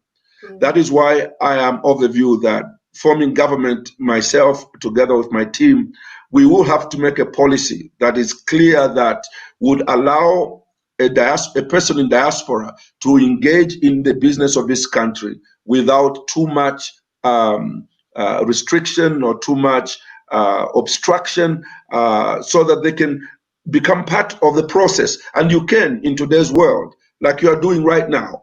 You are actually participating in shaping the future of our country, but also energizing the youth here in Zambia to tell them you can make it happen. You tell your own story in the country where you are, how the youth are participating in making a difference. So those ideas are brought here, and where there was fear, courage comes. So I think all that is missing now with the diaspora is a clear policy that allows your ideas to be placed on the table in Zambia and executed. And I hope that those of us that have the opportunity to form governments can take that into consideration. Okay, just one last question. Thank you for that. That makes sense. And you say that you're for the youths, and how are you actually going to involve that? Because I know you're president-elect, but let's just say you get to the stage of where you've got a very high chance of being president for the future-wise. How are you going to actually involve youths in your party? Like, because we don't actually have any names. We don't actually know what youths are involved in your party. I don't know personally, and I know other people would want to know that information. And in particular, how are you going to allow females to join your party? Because we always find when it comes to government, a lot of females are not given that opportunity. So the question is, how are you involving youths in your party? And how are you going to involve more females in your party? What are your steps to do that? Thank you so much. I think 2021 is going to see a revolution, which is going to be started by the new Hope movement for multi-party democracy. First of all, my own story is that everything I did between the age of 17 and 25. I became the president of Victory Ministries at the age of 22. I had my biggest crusade at the age of 25. So most of the things that I am today, the foundation was when I was young. And I have a lot of confidence in the young people. And I'm not one of those who says the young people should wait for their time, because I didn't wait for my time. I mean, by the age of 30, I'd already finished with my 5 children. So everything I did early and did when I was a youth. That's why I believe in the youth. MMD, the New Hope Movement for Multi-Party Democracy, is going to lead the way in this affair. I have shared with my team that I would like to see a new crop of politicians begin to take over Zambia. We have to change the politics of Zambia. My generation the politics we're doing now are wrong. They are not helping us develop.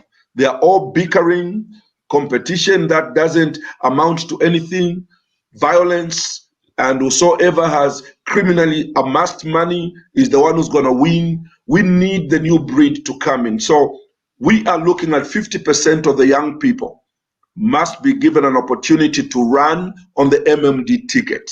I am dedicating 50% of the seats of parliament, the seats of councillors to young people. The reason I want to do this is I just feel that we are at that point where we now need to introduce the next generation to take over this country. And it's also going to be 50% for women. So what has happened is that in my leadership in MMD, I'm already at 50% women in the leadership, in the National Executive Committee. We have 50% men and 50% women. So I've already achieved that in my political organization. And I want to translate this to national level. So the question you've asked is really something that is very, very strong in my heart and in my team, and to get young people to run as councillors, as mayors, and also to run as members of parliament, and also women to run in their numbers. And I think that we are able to achieve that. And I'm seeing a response from the young people, and MMD will be the party that is going to host a lot of young people, because I want the newness of thinking. We need new ideas. We need innovation. We need a new Zambia. And you cannot have a new Zambia with old thinking. That is why my target is the young people. Fantastic. Thank you so much for your time. Have a blessed day. You too. Thank you.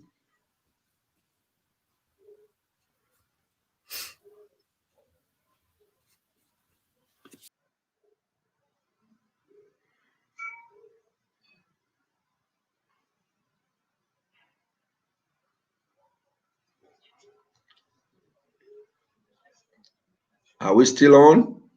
Oh, there we are. We have one more. Thank you, Dr. Nevers Mumba, for hosting this, event right now. We do appreciate you. So I'm coming on as Alice Musonda, as you may see, but I'm actually I was about to say that. I didn't want to say anything because I didn't want to cause any trouble, so I just let it. Well, I know it's a free world somewhere, somehow. It's a free world, so you know what? It's a democracy, right? Right. So I'm actually coming in. It's my wife's platform, Alice Musonda. I haven't yet decided on whether I should go with you or not. And if I'm going to decide and go with you, then you will be the first politician that I'll be ever backing in my life. So to start with, we are here in Texas, USA, with my wife and son. We've been watching and seeing and taking note of what's going on in Zambia.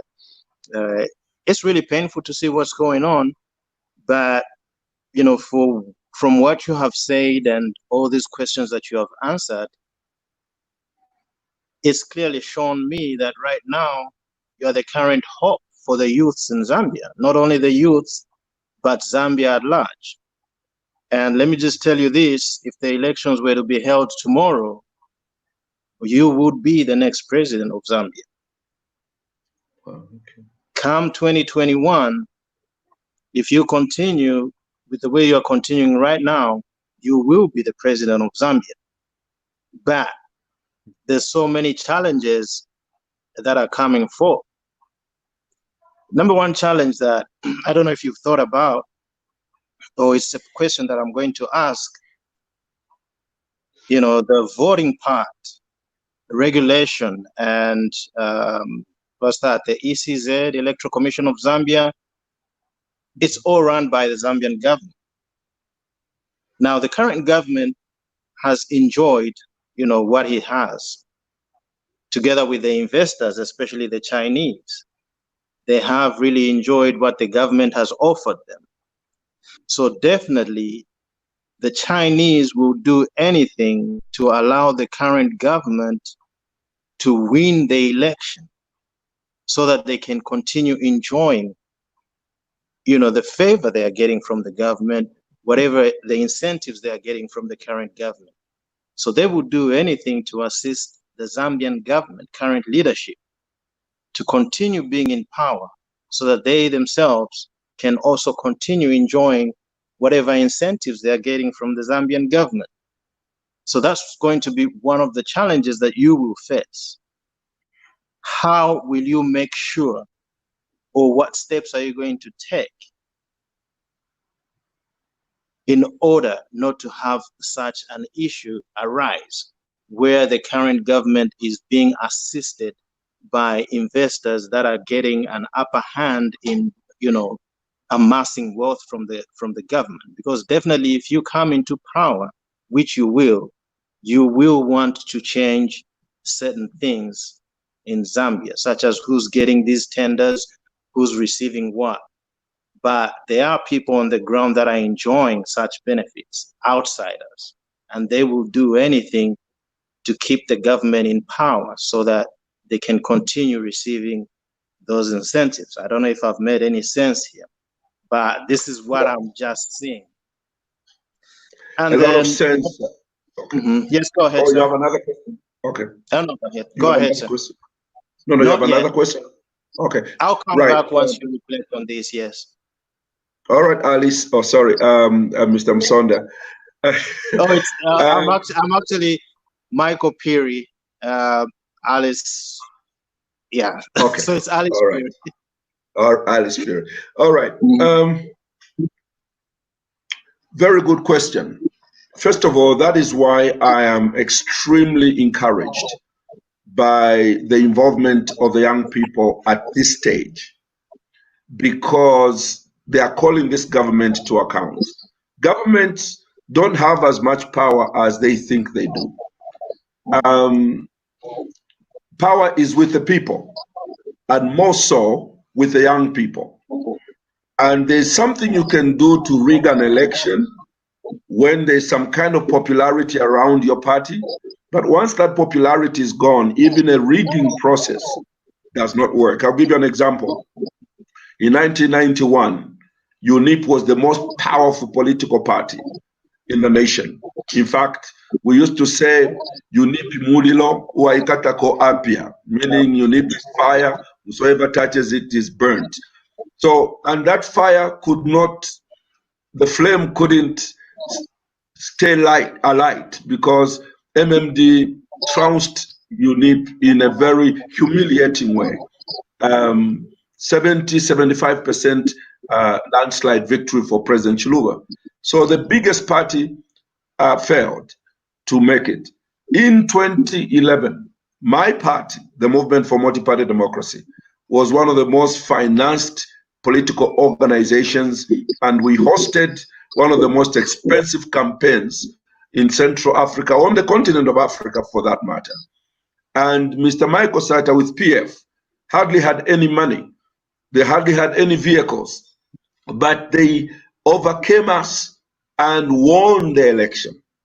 So once people are decided, it does not matter what you try to do with the ECZ, people will triumph. My confidence remains in the young people. If the young people continue with this tempo to demand accountability from their government and to demand that government respects the human rights of all Zambians, including opposition leaders who are thrown in jail at will. I'm talking like this. Tomorrow you might hear that Nevers is back in jail because he spoke to the young people. That's just the way we live. But the young people can demand that justice becomes the stream that flows throughout this country.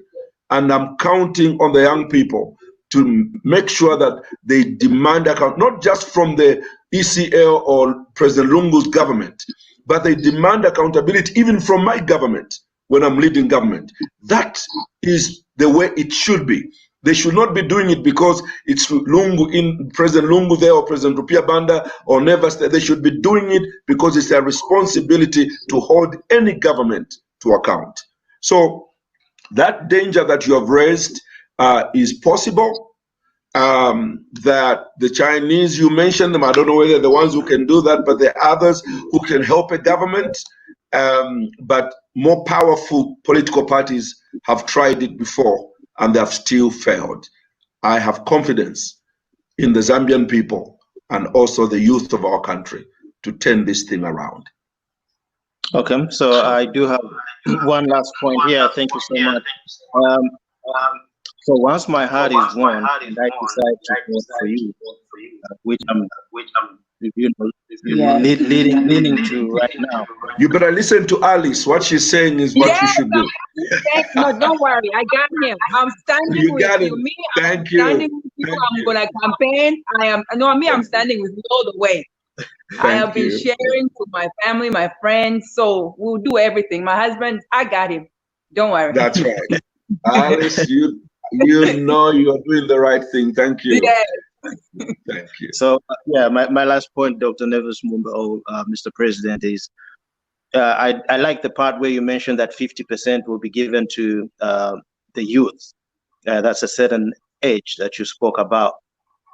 Now, I know there's this trend of politicians and leaders migrating from one party to another. Oh, yes. Are we going to see, or are you going to allow such an instance to happen once you're in power? were leaders from a different party that were known to be corrupt or were known to not to be corrupt, are you going to allow them to migrate to your party? Just, you know, I think I'll just end there, but if you may answer that question, sir. Yeah. Thank you so much. Listen, I think the situation as it stands is that my involvement in the political process is to introduce politics of morality and integrity. Zambian politicians know what Nevers Mumba stands for.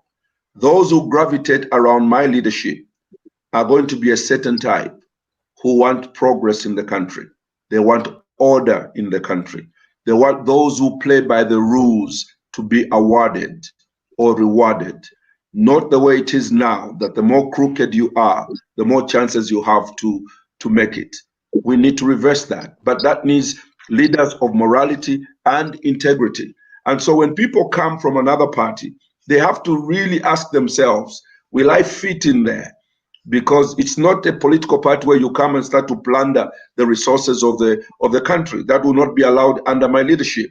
So they may not find it that attractive because the flamboyance of ministers may not be there. We are going to be servants to make Zambia great as a nation. And in order to make Zambia great, we must pay the highest price. We must sacrifice that this extravagance that we have seen over the past number of years. Although we are a poor country, we seem to lead lifestyles that are even higher than of those who live in rich countries. I think we need to live within our income and ensure that we build our young people, create their capacity, and invest financially in them so that they can develop our economy. So I'll be very slow in accepting people that are political prostitutes. I'll be very, very slow. I'll make sure that we encourage this. That's why I want this coming in of 50% young people. They will change the demographics of Zambian politics. They'll be young, they'll be rookies, they are looking to make a difference, they are bringing in new ideas. They'll make their mistakes, of course, but I think I'd rather have young people making mistakes than old people stealing public funds.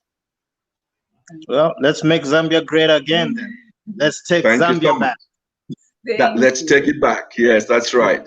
Thank you so much. Thank you, Alice. It's good to see you. And thank you for working on your husband, and keep doing that. Thank you. Thank you, Mr. President. We love you. Love you too, and thank you so much. Mm-hmm.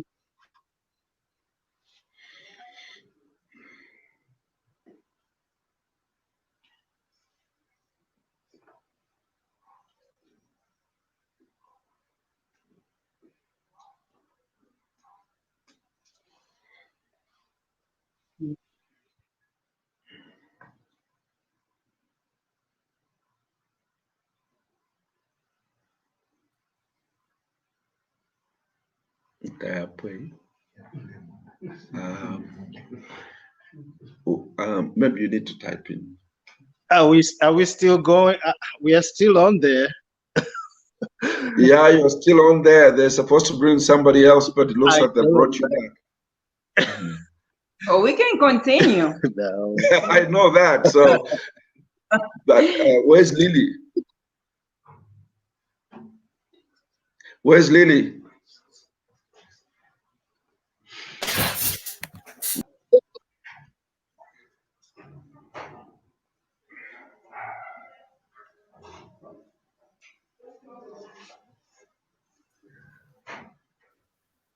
I'm here trying to add more people. Well, when are we ending? They need to leave the studio in a bit. What's a bit, Lily? My technical team is asking, what's the bit?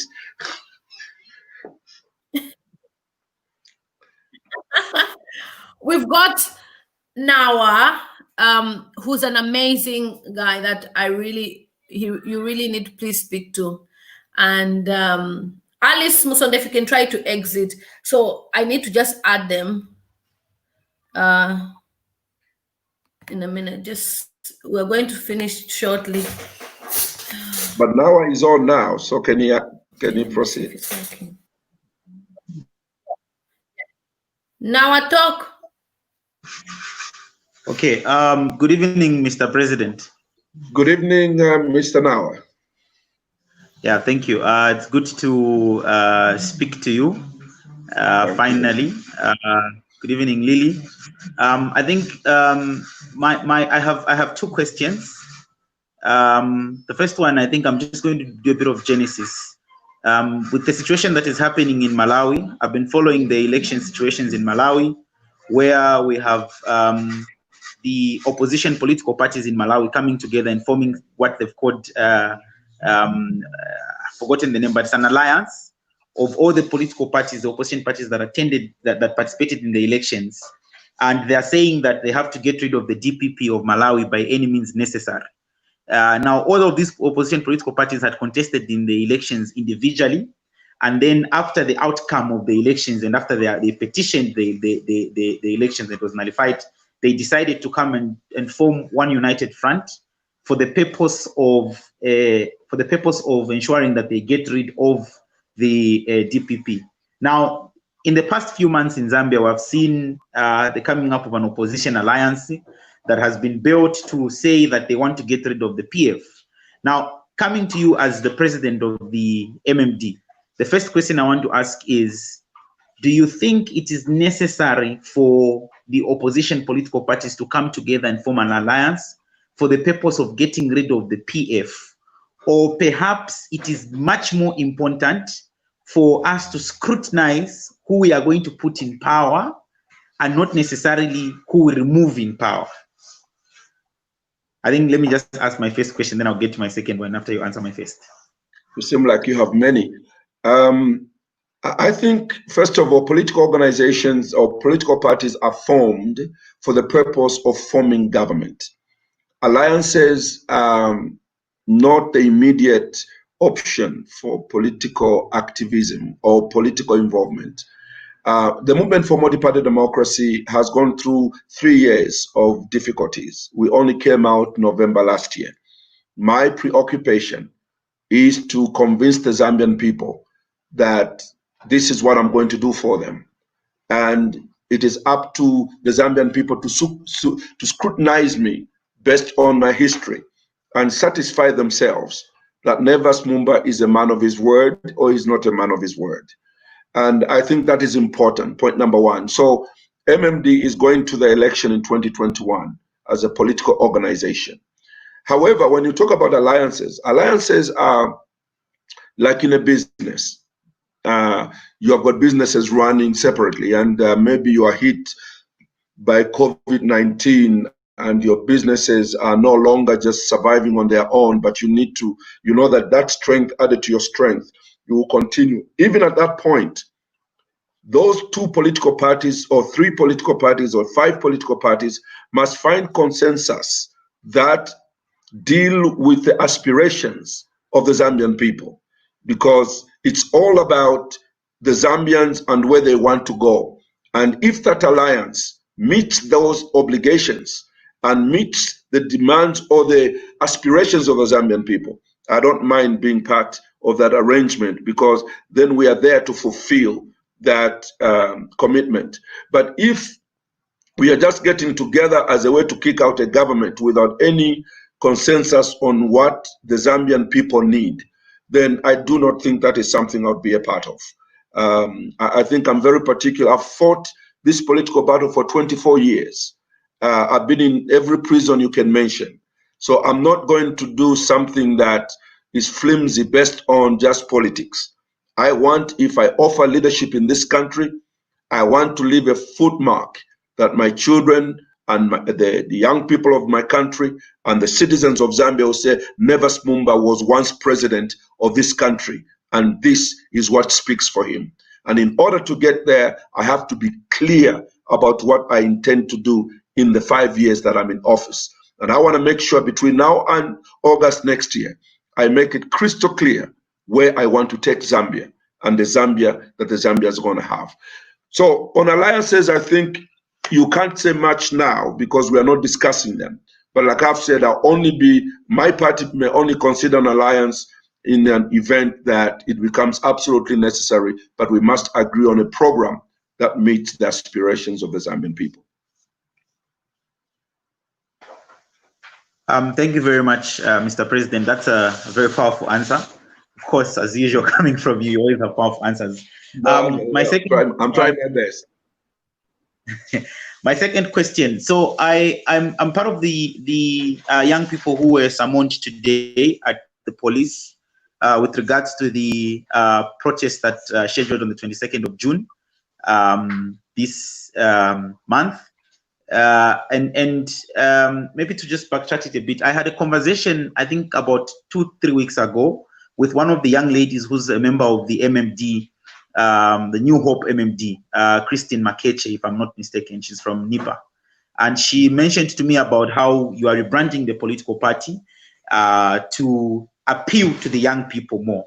And because you care about the young people. And then you've come out strong in a lot of videos and saying that the young people are the ones that decide the future of the country. And as a young person who has always advocated for youth leadership, I find that to be very important. My question then is, a lot of young people today are active in political parties, a lot of political parties, but most of them are participating in roles that are left to them, chanting slogans and singing songs. So I've always set a tag to say, if a political party says that they are supporting the role of the young people, they are interested in young people, and they have the best interests of young people at heart, then they must reflect that in their leadership structures. The leadership structures must reflect that they believe in youth leadership, because it doesn't make sense for a political party to say that they believe that young people can lead, and yet perhaps the Secretary General of the political party is 80, the Vice President is 80, and many other positions that don't require someone to be above 35 are held by people who are 80, and then they say that they claim that they are speaking for the young people. So my question is, has the New Hope MMD created space for young people to not only take up roles of a backbench supporting? There are a lot of brilliant young people in the New Hope MMD. I hope we will not have any of those MMD diehard cadres that have terrorized the country, and even after they left the then MMD, they have continued to use their thuggery in the positions that they hold today. So are there any roles that have been reserved by the New Hope MMD for brilliant young people such as Christine Makeche and many others that would want to join or that are already in the MMD, to signify that indeed you have confidence in leadership of young people?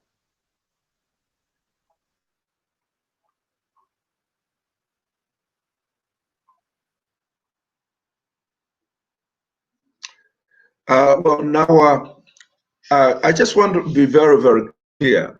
When I talk about young people, I'm not politicking. Already said earlier, I said that most of the things I did them as a young person. By 30 years old, I'd already had my 5 children and stopped.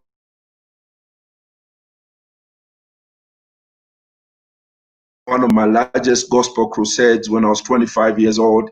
And so my confidence in young people arises from there. And if we don't give them that opportunity and wait for them to be 40, I think we have missed the point. I am very, I don't want to use the word anxious. I'm in a hurry to hand over the baton to the next generation. Really, I am. And the only way to do that is to train them, to inspire them, to let them know they can do it, and to show them examples of different countries that have got young prime ministers, young people. I mean, Canada itself, where I was, you know, President Trudeau is a young man. And I just want Zambians to get inspired. That's why I have offered, and my leadership has offered for the first time in the history of Zambia, to give 50% of the seats for members of parliament to the youth. The reason is I really want a deluge of youth in the next political leadership, so that this country can take a turn with new innovation, new thinking, and new aspirations. We cannot keep Zambia at this level of politics. This level of politics is toxic. It has kept us undeveloped. It has kept us backward. And I would like us to now tap into the new energy that God has given to us, and allow them. You are very exposed, you're on the internet, you travel the world, you've got dreams of what you want. Even when these young people, you're 25, 27, when you build a house, when you have resource, and we build a house, the difference is amazing. You guys are so, the house looks like, wow, because you guys really know how to go to the next level. So that's where I am. And anybody who comes and holds hands with me in the New Hope movement, you can come and catch me on this one and say, Dr. Mumba, you promised, because my yeah must be yeah and my amen must be amen. And I think that I have a lot of confidence in the young people. And New Hope movement for multi-party democracy has given itself to become the doorway for young people to be involved in the political process. Okay, I have 1,000 questions, but I think I'll just end with the two so that I can give an opportunity to others to ask. But thank you very much, Mr. President, for answering my questions. And I look forward that we can engage even further in person. I'm one of the people who co-founded the social movement with over 60,000 young people called Youth for Parliament that advocates for the increase of young people's participation in Parliament. So I hope we can engage further. I know that you engaged with my friend Thompson Muzendi and Henry some time back when you did a video with them. Yeah, so I hope we can engage even further about how we incorporate young people. Yeah, if you don't have my number, you know where our secretariat is. Yes, I do. Thank you so much. All right, thank you.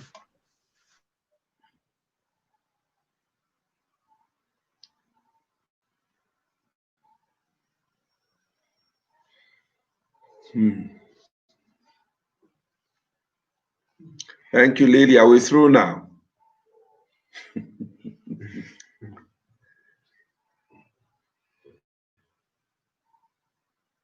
This is 2 hours, Lily.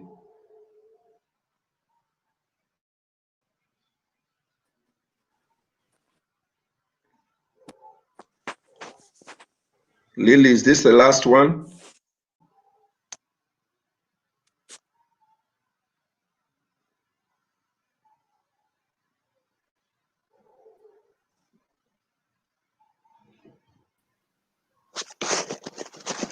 Good evening, Doctor. Dr. Nevers. Good. She has put 2. Hello, good 3. evening. Yeah, the last one.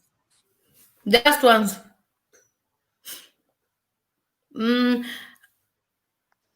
If you can just wrap up quickly and we go now, because Dr. Mumba has another engagement.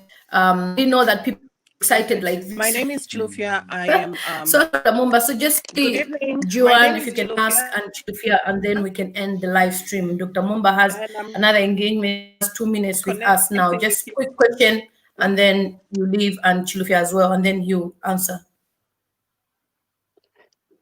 Good evening, Dr. Mumba. Good evening, Doctor. Good evening, Dr. Mumba. Good evening. Are you able to get me? Hello, good evening, Dr. Mumba. I think he's frozen. Yes. Well, there is someone there. Just ask. If you... good evening, Doctor. Hey, good evening. Dr. Good Mumba, evening. you I can't pronounce that. Good Sorry? evening, thank you. No, I'm not frozen. I'm you here. were frozen for a bit. Oh, okay. Now I'm unfrozen. Joan, ask quickly. Good evening, Dr. Mumba. Yeah. Good evening. Good evening. Just quickly, and then for the rest, thank you. Come okay. Okay. My area of concern has to do with the youths. We've got a youthful nation as Zambia. Unfortunately, there is no future. If you look at what is currently happening in Zambia, the future of the youths is shattered. Now, my question is, looking at what is happening at the moment, there are concerns of reasoning with the government as the youths with what is at the moment happening, where they can't give opportunity to the youths. There is no employment. There are no opportunities to voice out at the moment in Zambia. How are you going to help us as the opposition? It is very difficult at the moment to fight the government because we can't voice out. The only way we can voice out is through the ballot. And if the opposition cannot stand beside the youths, because at the moment I've only seen you voice out of what is happening, the other opposition are seated, they're idling, which is making me to wonder, how are you going to help us? Is there a way that the opposition will come together to fight with the youths, if need be, form an alliance where the voices and the forces are mobilized to ensure that we have a different government that will give opportunity to the youth? Well, thank you so much. As you can see, my presence here on this program, it has taken us 2 hours something with Lily, is basically to demonstrate that we'll do whatever is necessary to give support to the young people. All I can say is that the season for the young people in Zambia has truly come. Now, the opposition leaders can only do so much. I can speak for myself that I've been advocating for the young people for the longest time. That is why I've made this announcement to let you know that 50% of the candidates for parliament in the new Hope MMD are going to be young people. The reason is simple. In order for Zambia to change, we have to transition to the next generation at a go. We have to get as many as possible to come in and start to get the feel and the handles of government, so that they are taught that the type of politics we are doing now is wrong. But I'm happy, like I've been saying all along tonight, that the type of revolution that is coming to Zambia is arising from, exposed young people from colleges, young people from the university, those who can read, write, they know what's happening globally. So this is the first time in Zambia we have had this group of youth getting engaged. In the past, these graduates from university were not politically active. They were just busy striking deals, and they didn't want to have anything to do with the dirty politics. And now they have realized if they stay away, what they're going to have is what they have got now. And therefore, I'm confident that their participation this time around will change the demographics of Zambian politics. And I'm saying to them, you better be courageous, be strong. This thing is going to give, and your future is going to be brightened by your participation. So I remain confident you have our support, but you have to pay your own price as a young people. Just like Kenneth Kaunda and his people paid their price to give us the independence. Many of them were imprisoned, many of them were killed. Now we are free because of their sacrifice. We expect this generation of young people to go all out, to demand for justice, to demand for equity, to demand for justice for all. It shall not come for cheap. There will be a price, but we can do it together. Okay, my other concern, the last Thank concern. you so much. Chulufia, quickly. No, Joanne, Dr. Mumba needs to go quickly, Chulufia, Okay. and that's it. We end. You'll be back again on Friday. Friday one will just be question, answer, you leave. Question, answer, you leave. Just a quick one, and Chulufia, because you've been waiting for hours.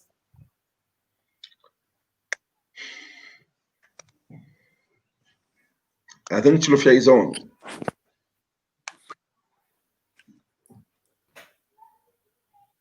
You're on, Chulufia. Oh, I can't hear you. No volume. I do apologize.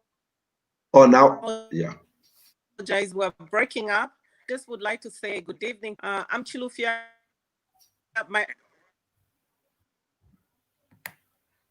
Wow, she's freezing. Yes, thank you. I'll use maiden name. I'm Chulufia Mlenga from Lusaka, but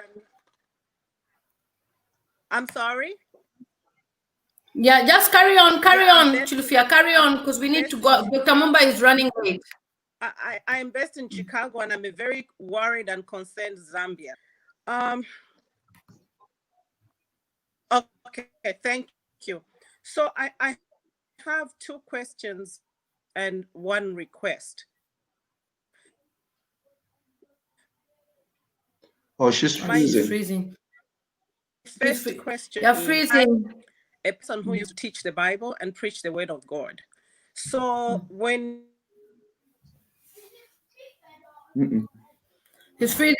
Batel, can you ask the question quickly, please? Because Dr. Mumba is running late. And if you try and sort out your network for next time. Batel, can you ask the question quickly? Good evening, Dr. Mumba. Good evening, my brother. Yeah. Good evening. How are you, sir?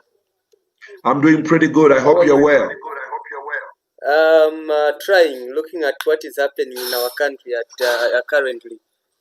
Dr. Mumba, I am happy with all the issues that you have covered and the questions that my fellow youths, as well as some parents, have asked, and you have well articulated them.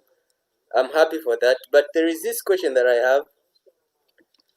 Looking at what is happening or what is going on in our country now and our current government, whereby the youths are trying to express views, they're trying to put on the platform something that makes sense, that is going to help us now and in the near future.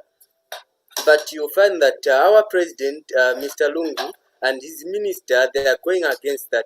What do you think? Is it a good governance, or it is something they're trying to bring up a dictatorship in our country? Say that again, the last part of the question. Can you ask that again?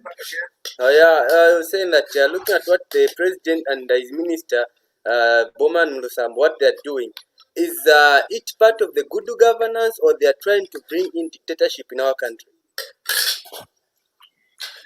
Well, I think that's what the young people are trying to address. The young people reacted to Honorable Boban Lusambo's ultimatum that they needed to apologize.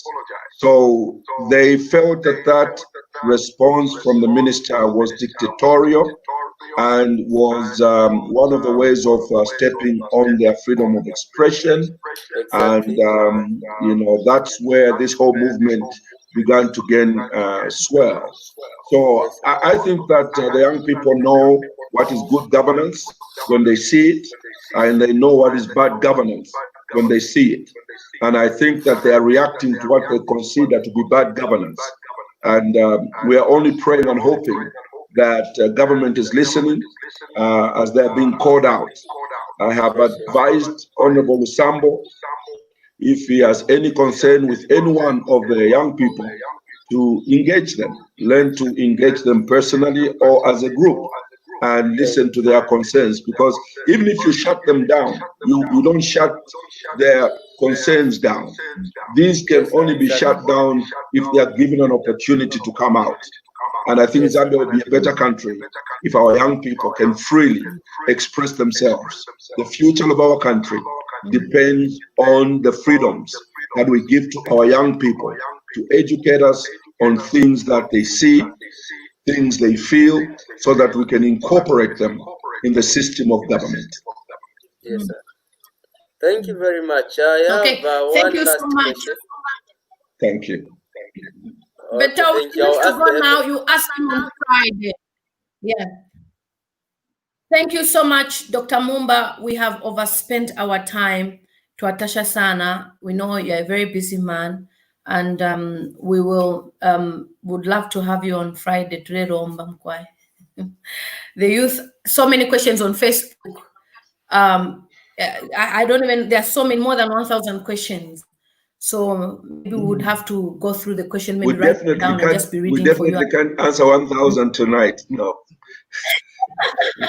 Yeah. So thank you so much for your time, sir. God bless you. Thank you to your media team that made sure that you were live with us today. And No, our media God bless team you so needs a much. big clap. They have worked hard. They've been here for hours. And, you know, I salute them. And I salute you too for your patience, Lily. Yeah. Oh, thank you so much. Thank you so much, sir. So Friday or Thursday, we'll communicate with the media so that people can just, this one will just be quick, straight question, straight answer. So you can just say your last words. If you want to pray for the people of Zambia, no problem, whatever you want. Well, first of all, thank you for having me on this program. I hope that the young people have felt my heart for them, first of all. Second off, for the country. And third of all, if there's anything like that in English, for the fact that the crusade that is ongoing today must be a peaceful crusade. There's no need for any violence, because I have never known that violence, because many evil things get involved in a violent act. And therefore, we thank you for joining me, and I look forward to being with you again. And I'm just praying for everybody now. Father, in the name of Jesus, we pray for our nation, Zambia. We ask that, Lord, all these young people from across this country and across the globe, may we be united in purpose and resolve that we want a better Zambia, a Zambia that allows every citizen to feel and be at home and enjoy the same privileges as any other. I therefore pray for these young people that are spending so many hours in trying to find lasting solutions to the needs of our country. I bless them and I pray for courage in their hearts. Protect them as they wage this movement of ensuring that justice prevails in our country. We give you honor and we give you praise. And we pray for those in government, that, Lord, may you give them an ear to hear what is coming from the people that they govern.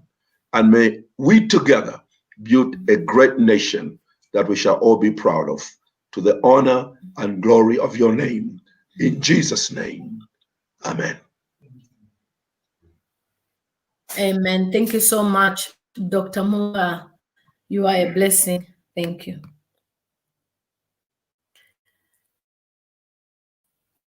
You heard from this about you where that I've been sending on this platform. And it was nice to hear from a leader that is running a political party, so that at least you can be encouraged that, okay, there's others who are thinking of you as youths. And I'm also going to be bringing on two prominent politicians as well to speak to the youth, so that you decide. You know, we are not a political party. We are not involved with any politics. Mumba particularly, I never really bothered about. I remember something about him on Facebook. I was like, oh, Dr. Mumba, he's a preacher now, he's a politician. I never knew he still has, that heart of God, and also, praying for the nation. And particularly when I started vlogging in January, when CR1 had been talking about the government of Zambia, there's a particular video where he was praying for the nation of Zambia. And that video is part of my intro of that particular video. It was like, we commit 2020, we remove witchcraft from Zambia. He really prayed for the nation. Since that time, I fell in love with him. I was like, oh, wow, this is amazing. So I've been following whatever he posts, and obviously I follow Dr. Chimbakambu. Those of you who follow me on Facebook, you know that I always even share on my YouTube channel as well. So thank you so much. I know what I wanted to ask the question. Natasha is still there. I was supposed to end. People are going to sleep now. It's late, but Water, I'll bring you on. Hi, Water. How are you? Water's connection, your connection kept on dropping, and you had a chance to speak to Dr. Mumba. Try and sort it out on Friday, please. It's very important. Because Friday we'll have him back as well. So thank you so much for your love, for your kindness, and God is awesome. Just know that there are so many people out there who are praying for us, so that we should be led by the correct leadership. Thank you so much. I will end the stream now with my song, which is a worship song that I did, if I can find it. If I can find it. Yeah, just know that you are being looked after by a lot of people. Yeah, so we can listen to this song. as I end. I have a song on my YouTube channel called I Give It All. So what we are doing right now, we're giving everything, our all, to God. He's the only one who can take care of our situation. Oh, yeah. Oh Lord, you are mighty, you are worthy to be praised. Man can fail, but God can. I depend on God alone. I sometimes feel like letting down, but He will never let me go. Man can fail, so all the leaders will fail us, but God can never let us down. So our trust should be in Him. I sometimes feel I'm letting down.